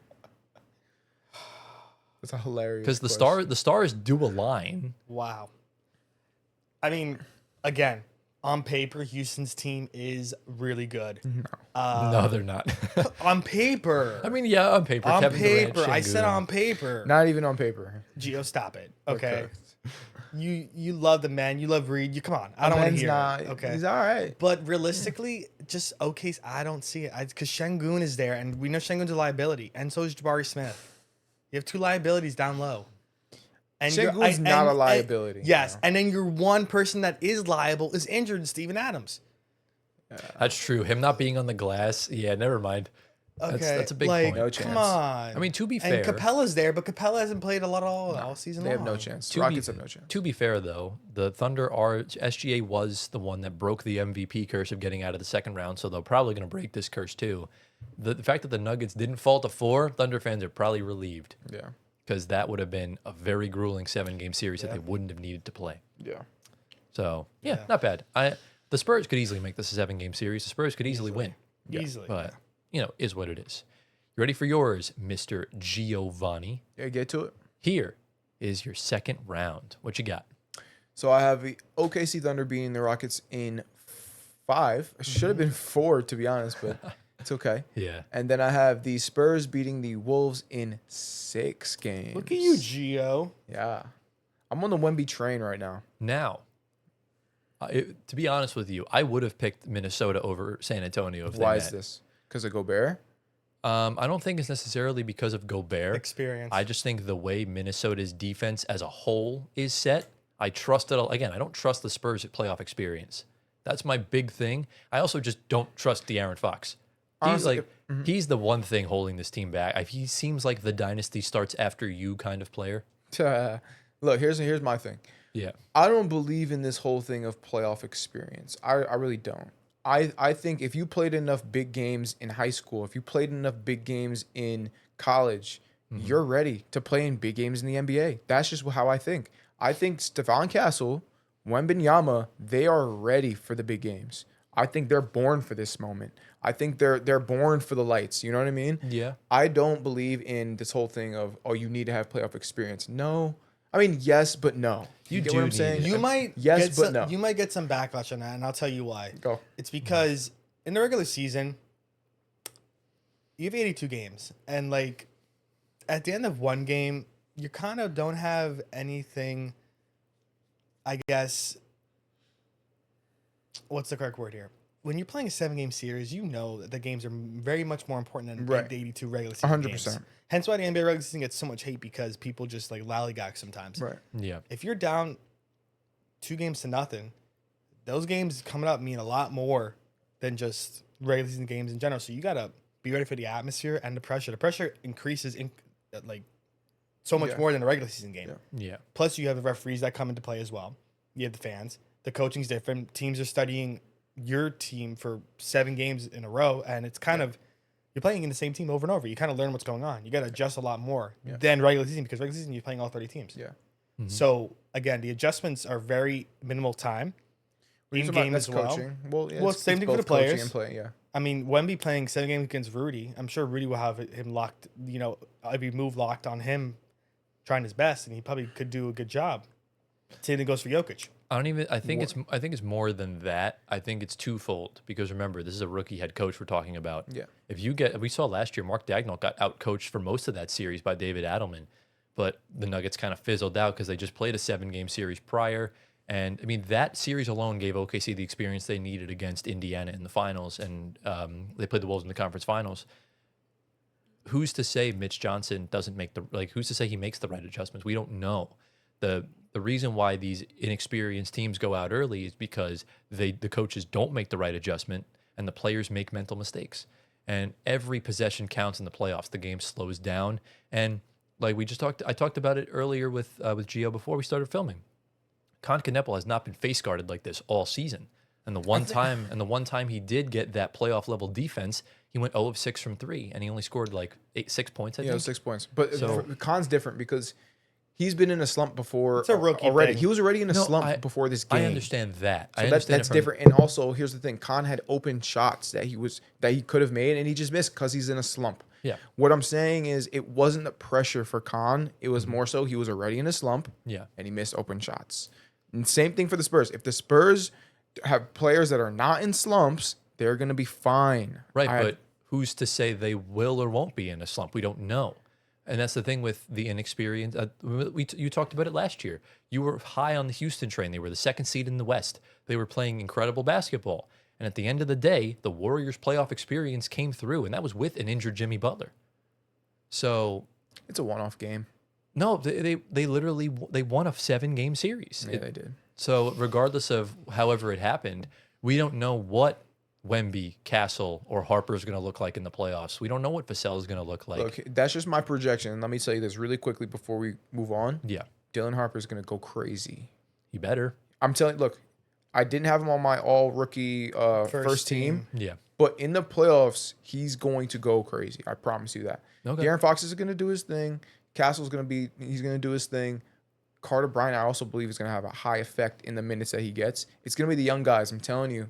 I actually don't know. Carter Bryant seems like that. He's like the Peyton Watson, where it seems like he's going to be a big factor, but he might not get enough burn and he might not get minutes. I think he's going to. Because remember, in the playoffs, He's the secret weapon. you're only going to run 8 guys maximum in the playoffs. So if you're running out a lineup of Fox, Castle, Vassell, who's their starting Harrison for right Barnes. now? Harrison Barnes is not even starting right now.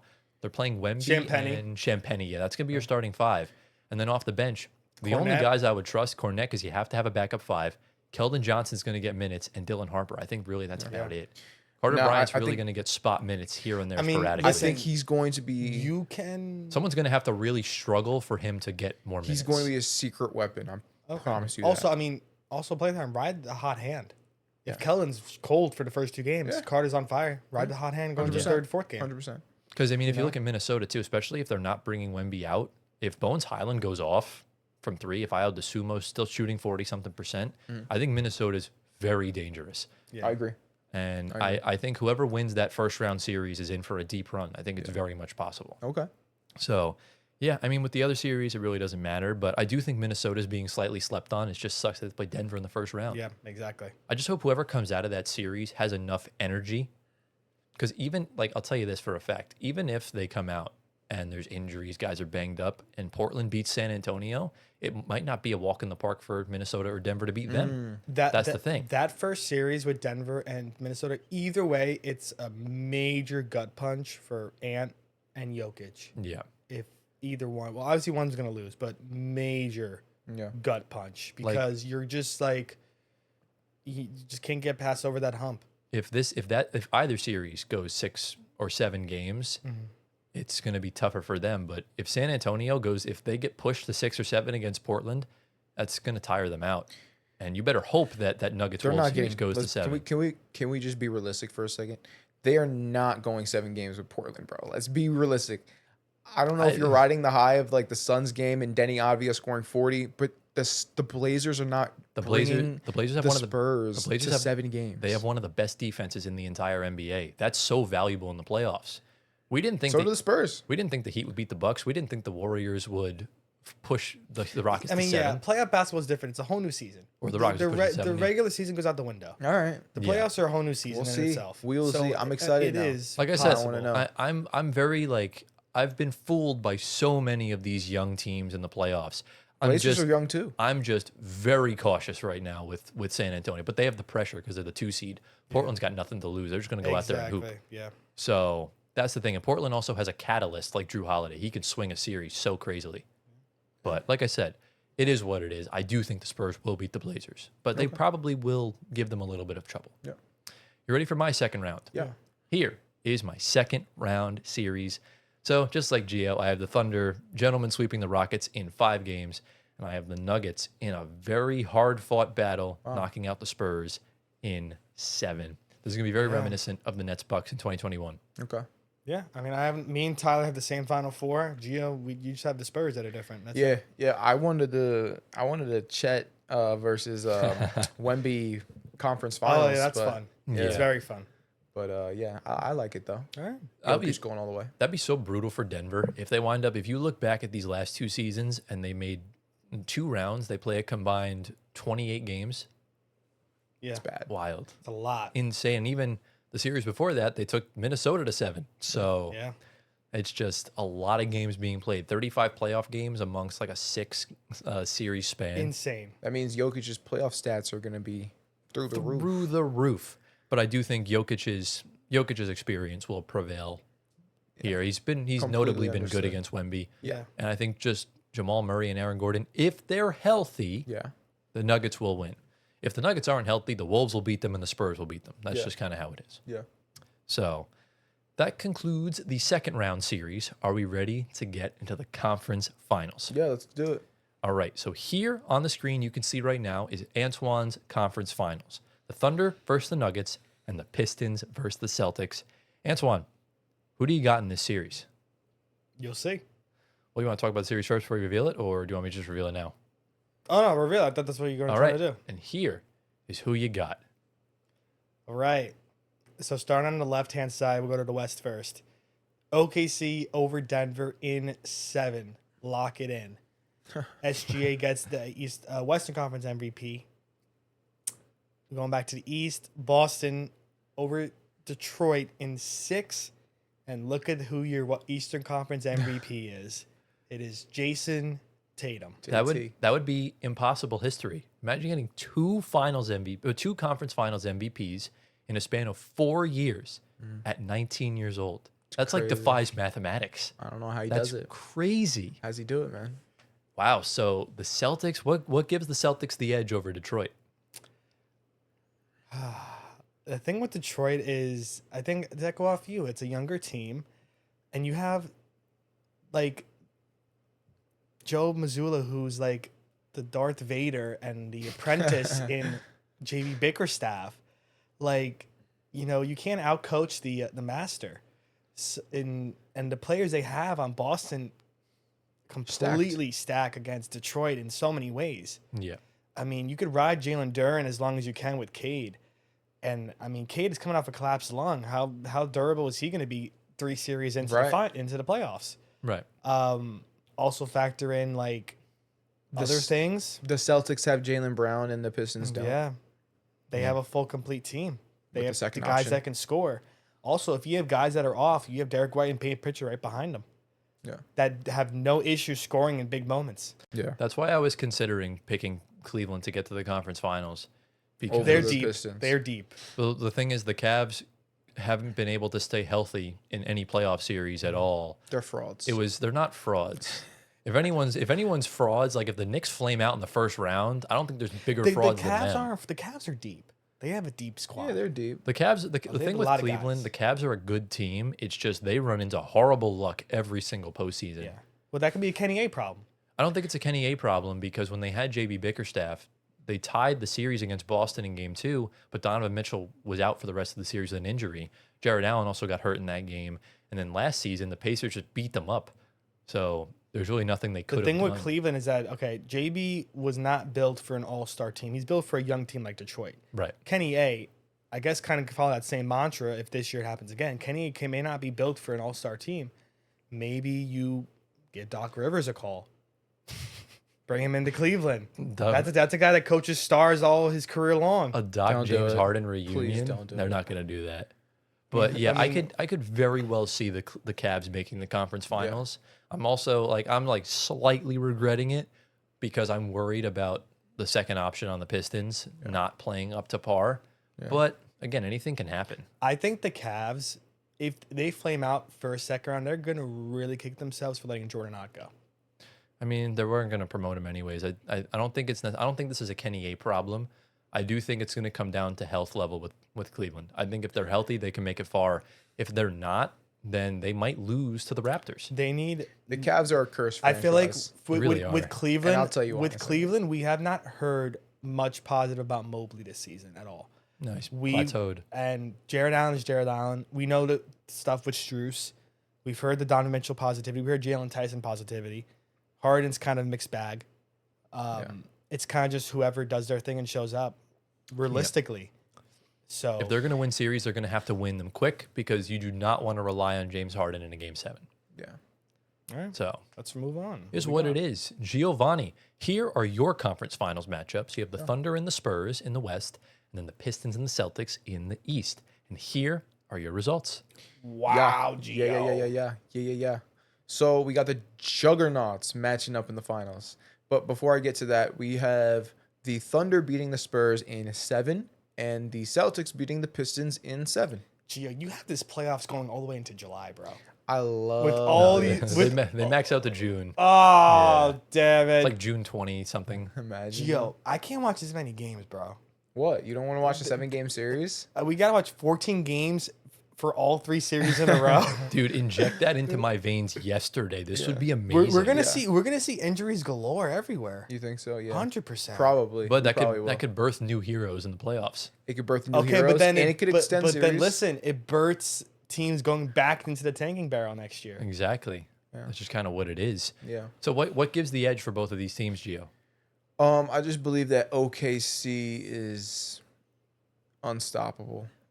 Well, I mean, they're not unstoppable. San Antonio's taking them to Game 7, but okay. Well, no, Yeah, you know, they're not. Anything They're not. could happen in the playoffs, but Yeah. they're gonna win it. And then the Celtics, same thing. I just feel like the Celtics are also a juggernaut. I can't believe you have Pistons taking them to Game 7. Oh, they're very well and truly capable I of doing so. really don't see that.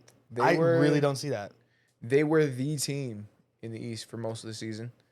So I mean, that's why. I mean, also, Okay. I mean, once again, their defense is outstanding. They're also a confidence team. I feel like if they keep rolling, Cade's confidence is just going to go through the roof, and that's going to like infect the rest of the team, and it's going to be The great. thing with that is that, again, with the collapsed lung, you know, playing all this time, I mean, Dennis is awesome regardless. I mean, I'm not on a Tobias Harris train. That's another guy like Andrew solid. Wiggins, who I kind of, now love Andrew Wiggins, but same thing with Harris. Asar is there. I mean, you're riding Asar, of course, as well. Yeah. I think mean, that's- there's They got enough guys. hope. They got I Carter, they got, just don't. That's what's his valuable. name, Williams. I mean, but I told you again, the apprentice cannot outcoach the master. Yeah. And that's Missoula- why I Missoula have the is the Celtics master, winning. and, And that's why I you have the know, Celtics I, winning. I don't think there's a giant gap between Joe Mazzulla and JB Bickerstaff. I don't think there's a huge gap. I think JB I think Bickerstaff's there's a great coach. There's They're a both gap. good coaches. I don't think there's- Bickerstaff got blessed with getting the Pistons job. and Joe Mazzulla got blessed with taking Udoka's 100%. team. No, but you 100%. can't. But you can't. The Udoka situation is very But different. Missoula just They got. It's they just, you easily know, could have hired someone else. Yeah. but they 100%. didn't.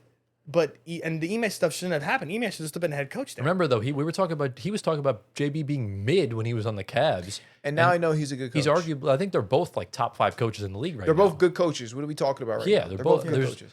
like the But coaching won't come down to this. But series. listen, we didn't know Joe Mazzulla until he got hired. Well, he was a obviously, nobody, yeah. and he comes out and blows it out of the water right. more than Ime did with them. But I mean, I think the job So- that JB Bickerstaff's done has been way more impressive. His team won 14 games 2 years ago. They lost 28 games in a row, Yeah. and that was under Monty Williams. JB Bickerstaff comes in, and they just won 60 games. But the thing with Detroit is that we knew that was going to happen because of the talent they had coming in. we did not expect didn't them to know win that. 60 games. didn't know. Not 60, but to turn the corner. Turn the corner, yes, Yeah, Turner is but, different than 60 games. With the 60 draft games. picks they got coming in. but and- remember, but here's Joe the Mazzulla, point. Joe Mazzulla took over this team after they made the finals. Exactly. That's the point. They have Jalen Brown. They have Jason Tatum. They have Derek White. They have all these guys. They had Drew Holiday at the time. They have all these guys that Joe Mazzulla inherited. It wasn't Drew Holiday. That was Who when was they it? had Marcus Smart still. Okay. Because remember, the Celtics started off really bad under Ime Udoka. They were like 10th in the East. They shot up to 2 at the end of the season, and then went on a ridiculous run to the finals. Right. And they should have won but that the thing series. with Boston is that you subtracted 3 guys from your championship roster. Drew Holiday got you that championship. Al Horford did almost the same thing. KP was there too. Right. Right. Brought in guys that, I mean, it's kind of just almost as good. I mean, you have Peyton realistically. Pritchard now. You have I mean, but Derek White Pritchard now. off you the know what I bench mean? was a 6-man. White, of course, came along. Your center group kind of came along as well with Garza and Kata. Bro, you're talking about one of the best rosters in the NBA in the Celtics. Well, but You're again, talking about probably the second best. Okay, but you're behind OKC. you're subtracting 3 of your best players and adding players that you have no idea what's going to happen Listen, hear me with out. the team. If we're going off specifically rosters, it's getting off topic. Right. But if this is specifically rosters, the Pistons might not even be top 10. I think they're top 10. No, they're they're up just there. not top 5. Dude, They're they're, up there. definitely not top 5. Because if we're looking at rosters on paper, we're looking at Boston, we're looking at OKC, we're looking at Denver. Who else? San are we looking Antonio. at? San Antonio, and I think we're probably going to. I would say Minnesota's above them. Yeah, I would say, I mean, we can because if you think about maybe it, even the Knicks on paper. if you think, Actually, hold on. On paper? We're forgetting some guys on Detroit. Beef Stew, No, no. Paul Reed. Beef Stew? Are you kidding me? Did you say Beef Stew? Oh my He's God. a good player. No, is he Beef not Stew- a good player? he's- What are you I- talking I about? think, I think you're missing the point when you look at a team like Boston when fully healthy, right? Yeah. Jason Tatum was before he got hurt was a consensus top 4 player in the league. Jaylen Brown, who is a Finals MVP. Derek White, who is one of the best role players in the league right now. Peyton Pritchard is a 6th man of the year. And, you have Nikola Vucevic, you have the Kata. These guys have been great finds, yes. But the job that JB Bickerstaff has done, like we were talking about the Pistons in 2024 as like the Wizards. This team was going nowhere. They lost 24 games in a row. They were paying Monty Williams $80 million across a 4-year period. This guy comes in. They get to the 6th seed. They don't even bother with the play-in. And the next season, we were even like we knew they'd be better of being like anywhere between top 3, top 6 in the East. They almost quadrupled their win total from 2024. That's ridiculous. And I think that's why the coaching gap isn't necessarily as big. Yeah. What I think comes down to this series is the star players. 100%. Because stars win you games. LeBron, I always quote this when it comes to the playoffs. Once you get past the second round, you can no longer get away with bullshit. You can get through the first 2 rounds with some bullshit, but in the conference finals and in the NBA finals, the true IQ kicks in, the true best players in the world kick in, and those are the guys that are going to take their team far. That's why I think Tyrese Halliburton's a top 10 player, because he was able to do that in the clutch moments. Right. While he might not look the part, while he might not average 30 a game, he's still getting a bunch of assists and he's making the right plays getting every the job single done. minute. Going back to, you said Detroit's not top 10 roster. They look at their bench. I mean, we've All got right, some maybe guys. they're in there. Maybe I was, They're in They're in there. contention but they're, for top they're 5. definitely not top 5. I think they're No, in not top contention 5. with I don't for top think so. 5. I think so. Okay. All right. But Each it is his what own. it Let's is. move on. That was good debate. That was Okay. great debate. I love that. Okay. You ready for mine? Yeah. So here are my conference finals matchups, same as Anthony's. I got the Thunder and the Nuggets in the West, and the Pistons and the Celtics in the East. And boys, we're unfortunately boring because we have the same exact Oh, wow. finals. We did not plan this. We did not, unfortunately. Well, it's obvious, I feel like. I wanted to pick the Hawks, but I just don't think they can get there. Yeah. So I have the Thunder over the Nuggets in 7 games, although I'm very tempted to change it to 6 games. And then I have the Celtics beating the Pistons in 6 games. Man, in my honest opinion, had Denver gotten the 4 seed, I do think they would have knocked out the Thunder in the second round. Wow. But I get They've that. been here before. I'm going to be get honest that. with you, bro. 7 games against Minnesota, 7 games against San Antonio. This team is going to have 0 energy, while the Thunder will only have to play 8. 9 games. Yeah. No. Yeah, because I have them 9. sweeping the 8 9. seed. Yeah, exactly. That's the thing. I do think the Nuggets can beat the Thunder. The way the path is, like, do you realize the Nuggets' path? You got to get through Anthony Edwards, Yeah. just to get through Victor Wembanyama, just to find Shea in the conference finals. Right. And if you somehow do that, you're either waiting for Cade, Jaylen Brown, Jason Tatum, could be Jalen Brunson, it could be whoever. Yeah. Like, that's rough. if the Nuggets or Wolves win the championship this year, it will be one of the greatest playoff runs of all time, like bar none, because it's insane. Because the path to get there is insane. Exactly. But and it's completely the opposite for the Thunder. They're the best team, and they go up against the freaking Rockets. And who else? It was either the first Rockets round? or the Rockets, or they're either playing the Suns, Yeah, like, Clippers, come or Warriors. And then like- getting the Rockets. And then they get or the Rockets or in the the second round. Lakers. The Well, Lakers definitely won't make if that. the Lakers if they didn't get hurt, it would have been a cool series. It'll be interesting, Yeah. but But it'll be it like wouldn't 6 have been games. much. Like the Thunder were very fortunate that the Nuggets wound up being on the other side of the bracket. Yeah. So for me, I just think it comes down to an energy level, and I also just don't think the Nuggets will be fully healthy the whole postseason. Yeah. I think they'll be lucky to even get to the conference finals with a fully healthy roster. That's kind of how I view it. Yeah. And on the other side, look, I think the Pistons are going to learn a lot from this series. And I think the Celtics right now, they're angry from last year because they should not have lost to the Knicks in that manner. Yeah. Jason Tatum is back. Jaylen Brown has a point to make or a point to prove. And I think they're just going to be too powerful. I think Shea and Brown are my conference finals MVPs. Yeah. All right. Let's get to the nitty gritty here, what everyone came for. So here on the screen right now, you will see our 2026 NBA Finals, and we all have the Oklahoma City Thunder versus the Boston Celtics. I thought you said. So what? I thought you said we all have the OKC Thunder winning, Oh no! No, you didn't reveal it. which we probably do. So what we're gonna do here, we're gonna reveal these one by one. But before I reveal it on the screen, you guys are gonna go through game by game, and then tell me who gosh. wins, and then have the final series. We did this Game by last year, game. so we got to continue it. So Antoine, you are up first, and just to remember, just to put it into your head, the Thunder have games 1 and 2 at home. Celtics have 3 and 4. Thunder game 5, Celtics game 6, Thunder game 7. Okay. So you may begin, and then when you reveal your winner, I'll reveal it on the slideshow. So you said first two's OKC. Yes. I think that's a split. Okay. I'm gonna go split. Going back to Boston. That will decide. Boston the wins series. 2 in a row in Boston. Maybe. Could happen. Maybe. He's in deep thought right now. Gonna have to push you for an I answer. think that's another split. Okay. You might have this going 7 then. Another split. So you have 2-2 going back to OKC. Yep. Boston takes that one. Oh. Okay. You have 3-2 going back to Boston. Yeah. OKC's not going home in Boston. They tie it up at 3. Okay. And then you go back to OKC And OKC wins. and you get it done. Yeah. OKC in 7. Wow. So 2 back-to-back finals, back-to-back champions in 7 games each. Yeah. And Shea Gilgeous-Alexander is his conference, or is just NBA Finals MVP. I find it really hard to that any of these two are going to go down 2-0. I think it's really hard. Yeah. That's why I'm saying split in the first 2, just because it just makes sense realistically. But not to say that they can go 2-0 down. Again, injuries are a factor, atmosphere. But I think for these 2 teams, going down 2-0 is not in their blood at all. If you lose one, they come right back and punch you back in the face. Yeah, it's very true. I think that's how it is. So, again, I think if I'm being honest with you, I think OKC goes up 2-1, and then Boston takes the next 2, So 4 and 3-2, 5. Yeah. and then OKC back at it, Yeah. take the last 2. So Gio, OKC So- wins which 2 games at the end?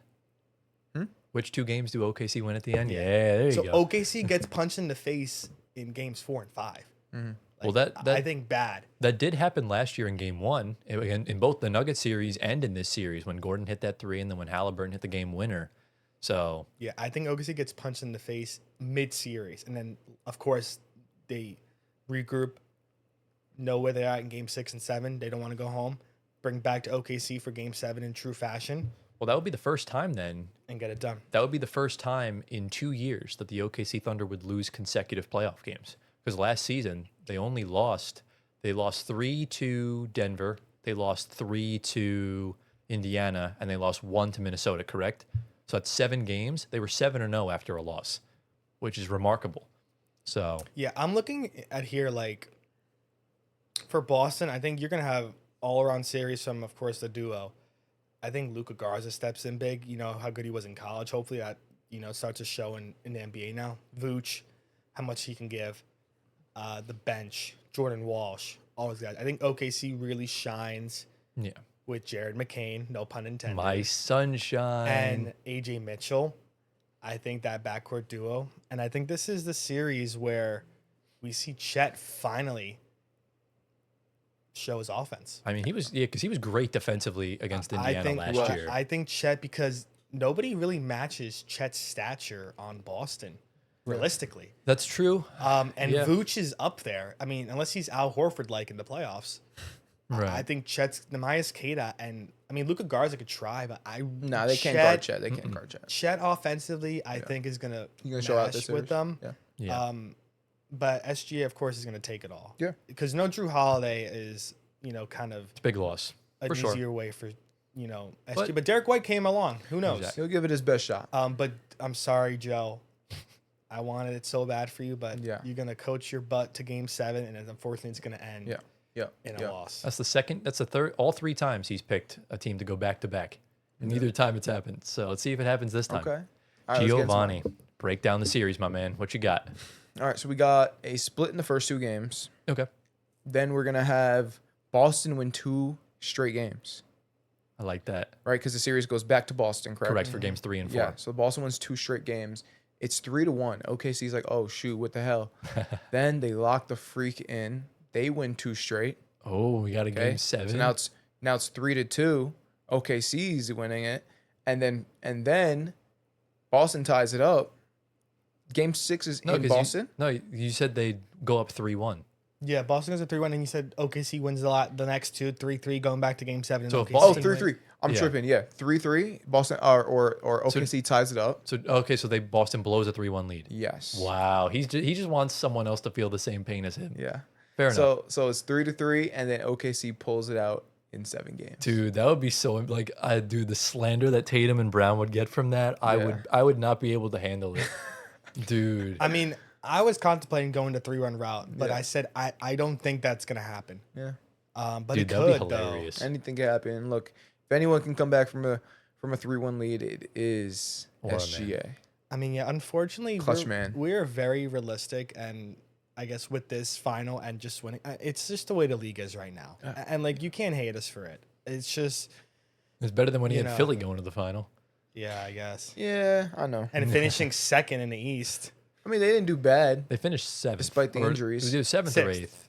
No, because Silly- oh, seventh. Yeah, they're in the seventh. play-in. Oh, Yeah, seventh, yeah. seventh, yeah. So, I mean, is there like a massive, like, is there like a specific X factor, Gio, that would win that series for the Thunder? I mean, I agree with Anthony, honestly. It's really going to be Chet. He's going Yeah. to be a huge X factor. He's going to be like kind of the reason Listen, why. I told But you. at the end of the day, it's going to be SGA pulling out in clutch time. That's what it's going to I be. know SGA and J-Dub are the offensive guys, but Chet in his college days was the engine of Gonzaga. And if you need to bring that back, because Chet offensively is gifted, just like Wemby. But he's not going to have the usage rate that SGA has because he's just but- that prolific. But Chet should. Well, Chet the reason why should have that he's going to get usage. he's going to get more of an offensive responsibility now just because of the injuries to Jalen Williams. Yeah. He's going to play, but we don't know if he's going to be 100% like he was. I mean, to be fair to Jalen Williams, he did drop 40 in the finals on like a ridiculously jacked up hand and wrist. So he can still do that again. If J-Dub is not healthy, Chet obviously gets that second option. Right. But Exactly. Chet can shoot and rebound. Obviously, we know that, Right. and just gotta utilize him more. Know what you have. You know your roster. That is fair enough. it's And then, not- of course, it's of not course, like- Jared McCain, too. We My can't forget about him. sunshine. So I can Jared look, a McCain. Sixer will win a championship, in Yeah. your opinion. I mean, listen, it's not like your power forward is somebody that's like on their last leg. You have one of the best players at their age in a position of And he already has just a ring. stature. Dude, like, And the way Gio has his playoffs, dude, Wemby's going to crash the F out. The thing if he is- gets bested by Chet and he goes on to win back-to-back rings and has a better series, dude, he's gonna lose his he's gonna mind. hate the thing I will say though with this OKC team is that they're going to be heading into a new direction. I think Hartenstein leaves, he gets his rings and goes. They have to find a new center. If that is Sorber, if that is somebody else out They're there on gonna the market, He still has, I think, one more year on his contract that they're gonna be Okay. able to use to trade for someone better and cheaper and younger. yeah. There's going to be a team that's going to be looking for a rebounder that's looking to contend, like a Yeah. team like Orlando, for example. Yeah. Like you could even trade for someone like Wendell Carter and then flip him in February when he's playing great Yeah. next to Shea. I think Hartenstein's they're gonna have a new center next year, and then the core is gonna remain the same. I feel like that's just. I mean, if Sorber comes along, he does. If not, you figure it out. Alrighty, boys, you ready for the grand finale? I think it's just a clean sweep for all of us. I think we'll have the same thing. I think so. Yeah. All right, so just like last season, I do think the Thunder get punched in the mouth in game one. I think Boston takes it. I think it's just a good game all around. I think the Thunder respond and blow out Boston in game two. Games 3 and 4, I've gone the Giovanni route. I think Boston locks in at home. I think you're going to get a big game out of Peyton Pritchard in one of the games. And then I think you're going to get a big bench punch from like Baylor Shireman one game. Oh my Why God! not? I forgot about Baylor Shireman. So the Celtics go up 3-1 heading into game 5 at OKC. And OKC is going to do their thing in game 5 and absolutely dominate that game 5. And I think it's really going to put the Celtics into like, a bit of a more concerned sort of vibe going into the final games of the series. And in game 6, I think the Thunder will lose. And I have the Boston Celtics taking it in 6 Wow. games at home Wow. with Jaylen Brown getting the finals MVP. And let me tell you why. Gio, what does history always do? Repeats itself. So there have been 7 NBA finals in league history in the year that ends in a 6. The San Francisco Warriors won the first ever one in 1956. The next 6 were all won by Eastern Conference teams, 4 of them by the Boston Celtics. Wow. So, and last year in 2025, you can go back all the way to the 70s and 60s. Every year that ends in a 5, a Western Conference team won the finals. We saw the Warriors win in 2015, the Spurs in 05, the Rockets in 95. And you look at the history of the past many years, we saw the 2016 Cavs, the 06 Heat, the 96 Bulls. So it's a habit. It's something that just tends to, when one conference wins, usually they don't repeat the year afterwards. So Very superstitious of you. very man. superstitious. That was the main reason why I didn't pick the Hawks to go to the finals. You're a big superstitious guy. Because I'll tell you this, before I looked, because I was curious, I had Thunder over the Hawks in the finals. Wow. Until I saw that, and I'm like, an East team is winning this year. And I don't think the Hawks are going to win it all if they're playing the Thunder. I think the only team in the league that can beat OKC is the Boston Celtics. In 6 games. In 6 games. I think, again, the Celtics won at home in 24. They lost at home in 22. And like I said, they're angry. Yeah. This team I can has see a it happening, point to honestly. prove. I can honestly see. I think Jaylen Brown. I think he can honestly lock up SGA. I think he might be one of the only. I don't think he can, but what I think he's going to do is just keep him more at, like, instead of SGA having like 40, he'll have like 30 on inefficient shooting. Right. That's what I mean. That's by what it's going to be. I don't mean shut him down. Try and make the other guys beat you, which might not work because the team is so deep. But Indiana proved last season. I think they're the other team, by the way, that can beat OKC. Indiana, again, I think if Hallie was healthy that whole series, I do think they win. Yeah. Because remember, Hallie got banged up in game 2, strained the calf in game 5, and then tore the Achilles in game 7. Yeah. So, like I said, I think those two teams I give a lot of stock for, and I'm glad Tatum came back now so I could have the Celtics win now. I'm so glad you brought up that name because Tyler brings up a very polarizing question if this does happen. Yeah. You have the best duo, presumably in the league, win 2 championships in the past 3 to 4 years of their prime. And this is supposedly Jason Tatum's team, but both finals MVPs are won by Jaylen Brown. Brings up the conversation now. Is this actually and truly Jason Tatum's team? And how is his legacy now affected by both rings in his career? Yeah. Of course, being won by him, but he is not the best player on the court. Well, this year we have to give him a pass because he missed most of the year. He tore his Achilles. So this really wouldn't be shocking if Jaylen Brown wins. But then again, if Jason Tatum plays a good series, the media could just give it to him. Remember, because it's a 9-panel journalist of like a committee. They'll vote on it. I think that this will be beautiful for Jason Tatum's legacy. Forget the finals MVP. You tore your Achilles, you come back within 10 months, and you win a championship against the supposed next dynasty, your second championship in 3 years. I don't really like when it comes down to all-time legacies. Steph Curry is the only player we negate finals MVPs for because he only has 1 and he should have had 2 because Iguodala shouldn't have won it. But we don't compare finals MVPs when it comes down to a lot of these guys. And Jason Tatum's never going to be like a top 10 player ever. And that's really where you'd kind of get into those debates. Fair. That's why we bring it up with Steph Curry. I just think Tatum and Brown are both going to benefit tremendously from this ring. Listen, realistically, I never understood why it was a battle between both of them. Well, because it's media. It's what they try to do. They try and break them up. Listen, Brown was there first. They were both number 3 overall picks in their respective rebuild years. Yeah. And they both turned out to be phenomenal. 1A, 1B. If you want to call both of them 1A. You're welcome, Celtics. You know, Tatum, they both made this team. Yeah. I don't want to hear the limbo of back and forth with that because maybe it's just blasphemy. I sound like Stephen A right now.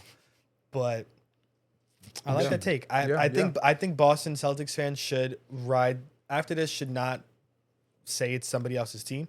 I think cohesively it is the duo's team. Facts. And bottom line is there is no I in team. There's no one singular person. Right. That is why it's a team. And and it's a team with these 2 guys on it. The bottom line is I genuinely believe the Celtics have zero pressure this season to win it all. No, I don't think. I think they're no pressure. I think they're down there with like the 7 seeds as far as pressure goes. I don't think there's I any think pressure. every team they play has way more pressure outside of maybe their first round series. But the Knicks certainly have a lot riding on this. The Pistons or Cavs would have a lot riding on this, and the Thunder, Nuggets, or whoever comes out of the West would have a lot riding on it. So in a gap year, this would be amazing. Yeah. So.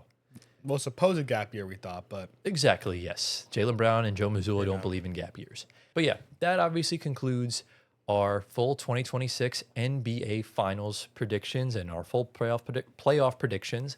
Let us know down in the comments, who do you have winning the NBA Finals? And boys, how do you think we did? we did very good. Yeah. Yeah, I think Gio went like more realistic this year because he had like the Knicks and Sixers before, and it was Yeah, I like did. really high. But Don't forget at the end we put this all together in our point bracket and see how good we did. that is right? true. Or We no? can, Right? now we usually don't do it for the playoffs. I thought we did. Oh, okay, never We mind. did it for the NBA Cup. Never mind. Forget it. But do we have any other questions before we get into the outro? No. No. And with that, ladies and gentlemen, that brings us to the end of episode number 104 of the Floor Spacer podcast. Giovanni, G of the week, word of the week. What do we got? So we got 2 G's of the week today. We have one from Eli Lewis. He says, after listening to Gio's full list, I'm convinced that he is the most brainwashed, biased human being of all time. Listen, So this was episode 100 where It's on we ranked. Spotify, by the way. This is on Spotify. Listen. And we ranked our top 30. 30 players of all time, and this is what he had to say. listen. Can I say something right now? Yeah. When we get into my apartment, my new studio, I'm gonna get a decoration, Of that comment. and that comment's gonna be framed over Gio's It's head going to be right behind me on the for, wall. for the rest of our lives during the podcast. Amazing. And I am Gio. I am standing on that business. That is Yeah. gonna be there. All right. It is gonna be Let me there. just get to the next comment. This is Okay. from the same Still video. from Spotify, same video. Yeah. He said Gio's, or this is Who's this Pack Attack. He said Gio's list is what it took for me, a Celtics fan, to agree with the basketball opinion of a Knicks fan. Yeah. So Anthony is a Knicks fan, and Pack Attack agreed with you, and he's like, "How does this work? I'm a Celtics fan." Yeah. So Because Knicks fans are known to be delusional. So yeah, usually you don't agree with what Knicks fans say. that's why I'm the real Knicks fan. Yes, definitely. You get what I'm saying? Can I So- close with some somewhat news that we just got? Okay. Yeah. What do you got? The NBA has assessed a flagrant 2 foul to LaMelo Ball and fined him $35,000 for tripping Bam Adebayo last night. Wow. He is also fined $25,000 for profane post-game language. It's $60,000 total in fines. No suspension for LaMelo Ball. No suspension. Okay. Obviously. Thank God. But dude. if he You racks- said flagrant 2. But remember, just You know because what that means, right? I he- thought that means you get you get thrown out of the ejected, game. you get ejected. But obviously, it can't happen anymore. Can't happen but, anymore. But if he racks up more flagrants, he can get suspended. However, that also kind of sucks because he hit the game winner and he wound up playing the whole game while Bam only played 11 minutes. Yeah. That's rough. Yeah. It's unfortunate. I mean, Is that a un- flagrant 2 though? I don't think that's a flagrant 2. I think it is, a yeah. flagrant And you he know got what? hit in the head. He didn't even know where his hand No, was but- at. It doesn't matter whether it's accidental or not. I think he knows. We're gonna watch it together. After. Whether it's accidental or not. But Well, the problem well, is, flagrant 2 has to be intentional. no, it just has to be excessive. No, a flagrant 2 is a non-basketball play. That's but intentional. No, it's not always intentional. It could be unnecessary and excessive. So you could accidentally punch him in the face, like when Draymond hit Nurkic. It didn't look like it was a So full you get punch. ejected for something that you didn't mean to do. Do you That doesn't remember make any when? sense. Remember, I forgot which major it was, but Novak Djokovic literally accidentally hit a ball and hit the judge in the face, and she ejected him from the. And he Well, because she disqualified him. probably deemed that it was So, yeah, intentional. whether it was or not. I'll tell you right now. In the NBA rubric, a flagrant foul 2 is unnecessary and excessive contact committed by a player against an opponent, which is likely to cause injury, which it did. Yeah, so it doesn't have to be intentional. If it causes injury, it causes injury. All right, I'm gonna look into that because But that's nonsense. But the reason why it wasn't called or reviewed is because the Heat scored on the next play, and you can't view a play that Wow, was so bad, Melo should have been tossed out which of the is game. so stupid, by the way. So Melo should have been tossed out of the Should game. have been, yeah. Yeah, so we're looking at a whole different game, realistically. They wouldn't have gave him the flagrant 2. No, well, he would have gotten. It would've gotten He reviewed. just would have gotten It ejected. would have gotten reviewed. They couldn't review it because the Heat continued the game and scored. Yeah.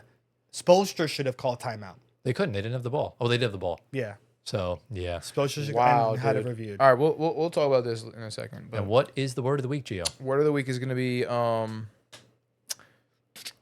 no, not that word. Let's go with face cam because that's just the word I just looked at just Fair now. enough. I need a new camera. And now you're finally going to be So able to if get a you new can camera. subscribe and help us to run it up and get a new camera, that would be outstanding. Yeah, we know a lot of you guys have been telling us we need to get better cameras. And look, we don't have money like that. We're not making millions here. We're not we're yet. fresh off of being broke college students. We're kind of doing what we can. But in the summer we will be moving into a new permanent studio and we will be getting a new set of cameras. Yeah. And it's going to be a whole different layout and everything that you're going to see. I'm very excited for it. And obviously, we'll keep tabs on, everything that's going on in the NBA playoffs. Stay tuned for NBA playoff streams. and NBA playoff content on the show. So if you enjoyed today's episode, be sure to drop a like, subscribe to the channel, get us to 11,000 subs by May 1st. You have just over 2 weeks to get us there. If you're on Spotify audio platforms, give us 5 stars, leave a review, answer the polls. Follow us on our socials at Floor Spacer Pod on YouTube, Twitter, Instagram, TikTok. Personal ones are on the screen right now. See my guy Giovanni, get him to 1 million Instagram followers. Be sure to join the Discord server, follow the Twitch, check out the House of Highlights content. And boys, do we have anything else to say before we get on out of here for the week? 2 things. Yes. We're going to put this game on because it's a barn burner with 5 minutes to go. Okay. And then after, we're going to go to sleep, but be awake to watch Steph Curry go to sleep. Okay. What the hell is he doing? Yo, That was kind of this poetic. guy, Well, man. let's let him have his moment. We'll let All him right, cook. fine. We hope you all enjoyed. Thank you all for watching. We love you all endlessly. Giovanni Squatteri tweeted on his burner that the Cavs would win the championship, and we will see you all next week in episode 105. Peace out. I definitely didn't tweet that. Is your burner Rudy Lover 6'7"?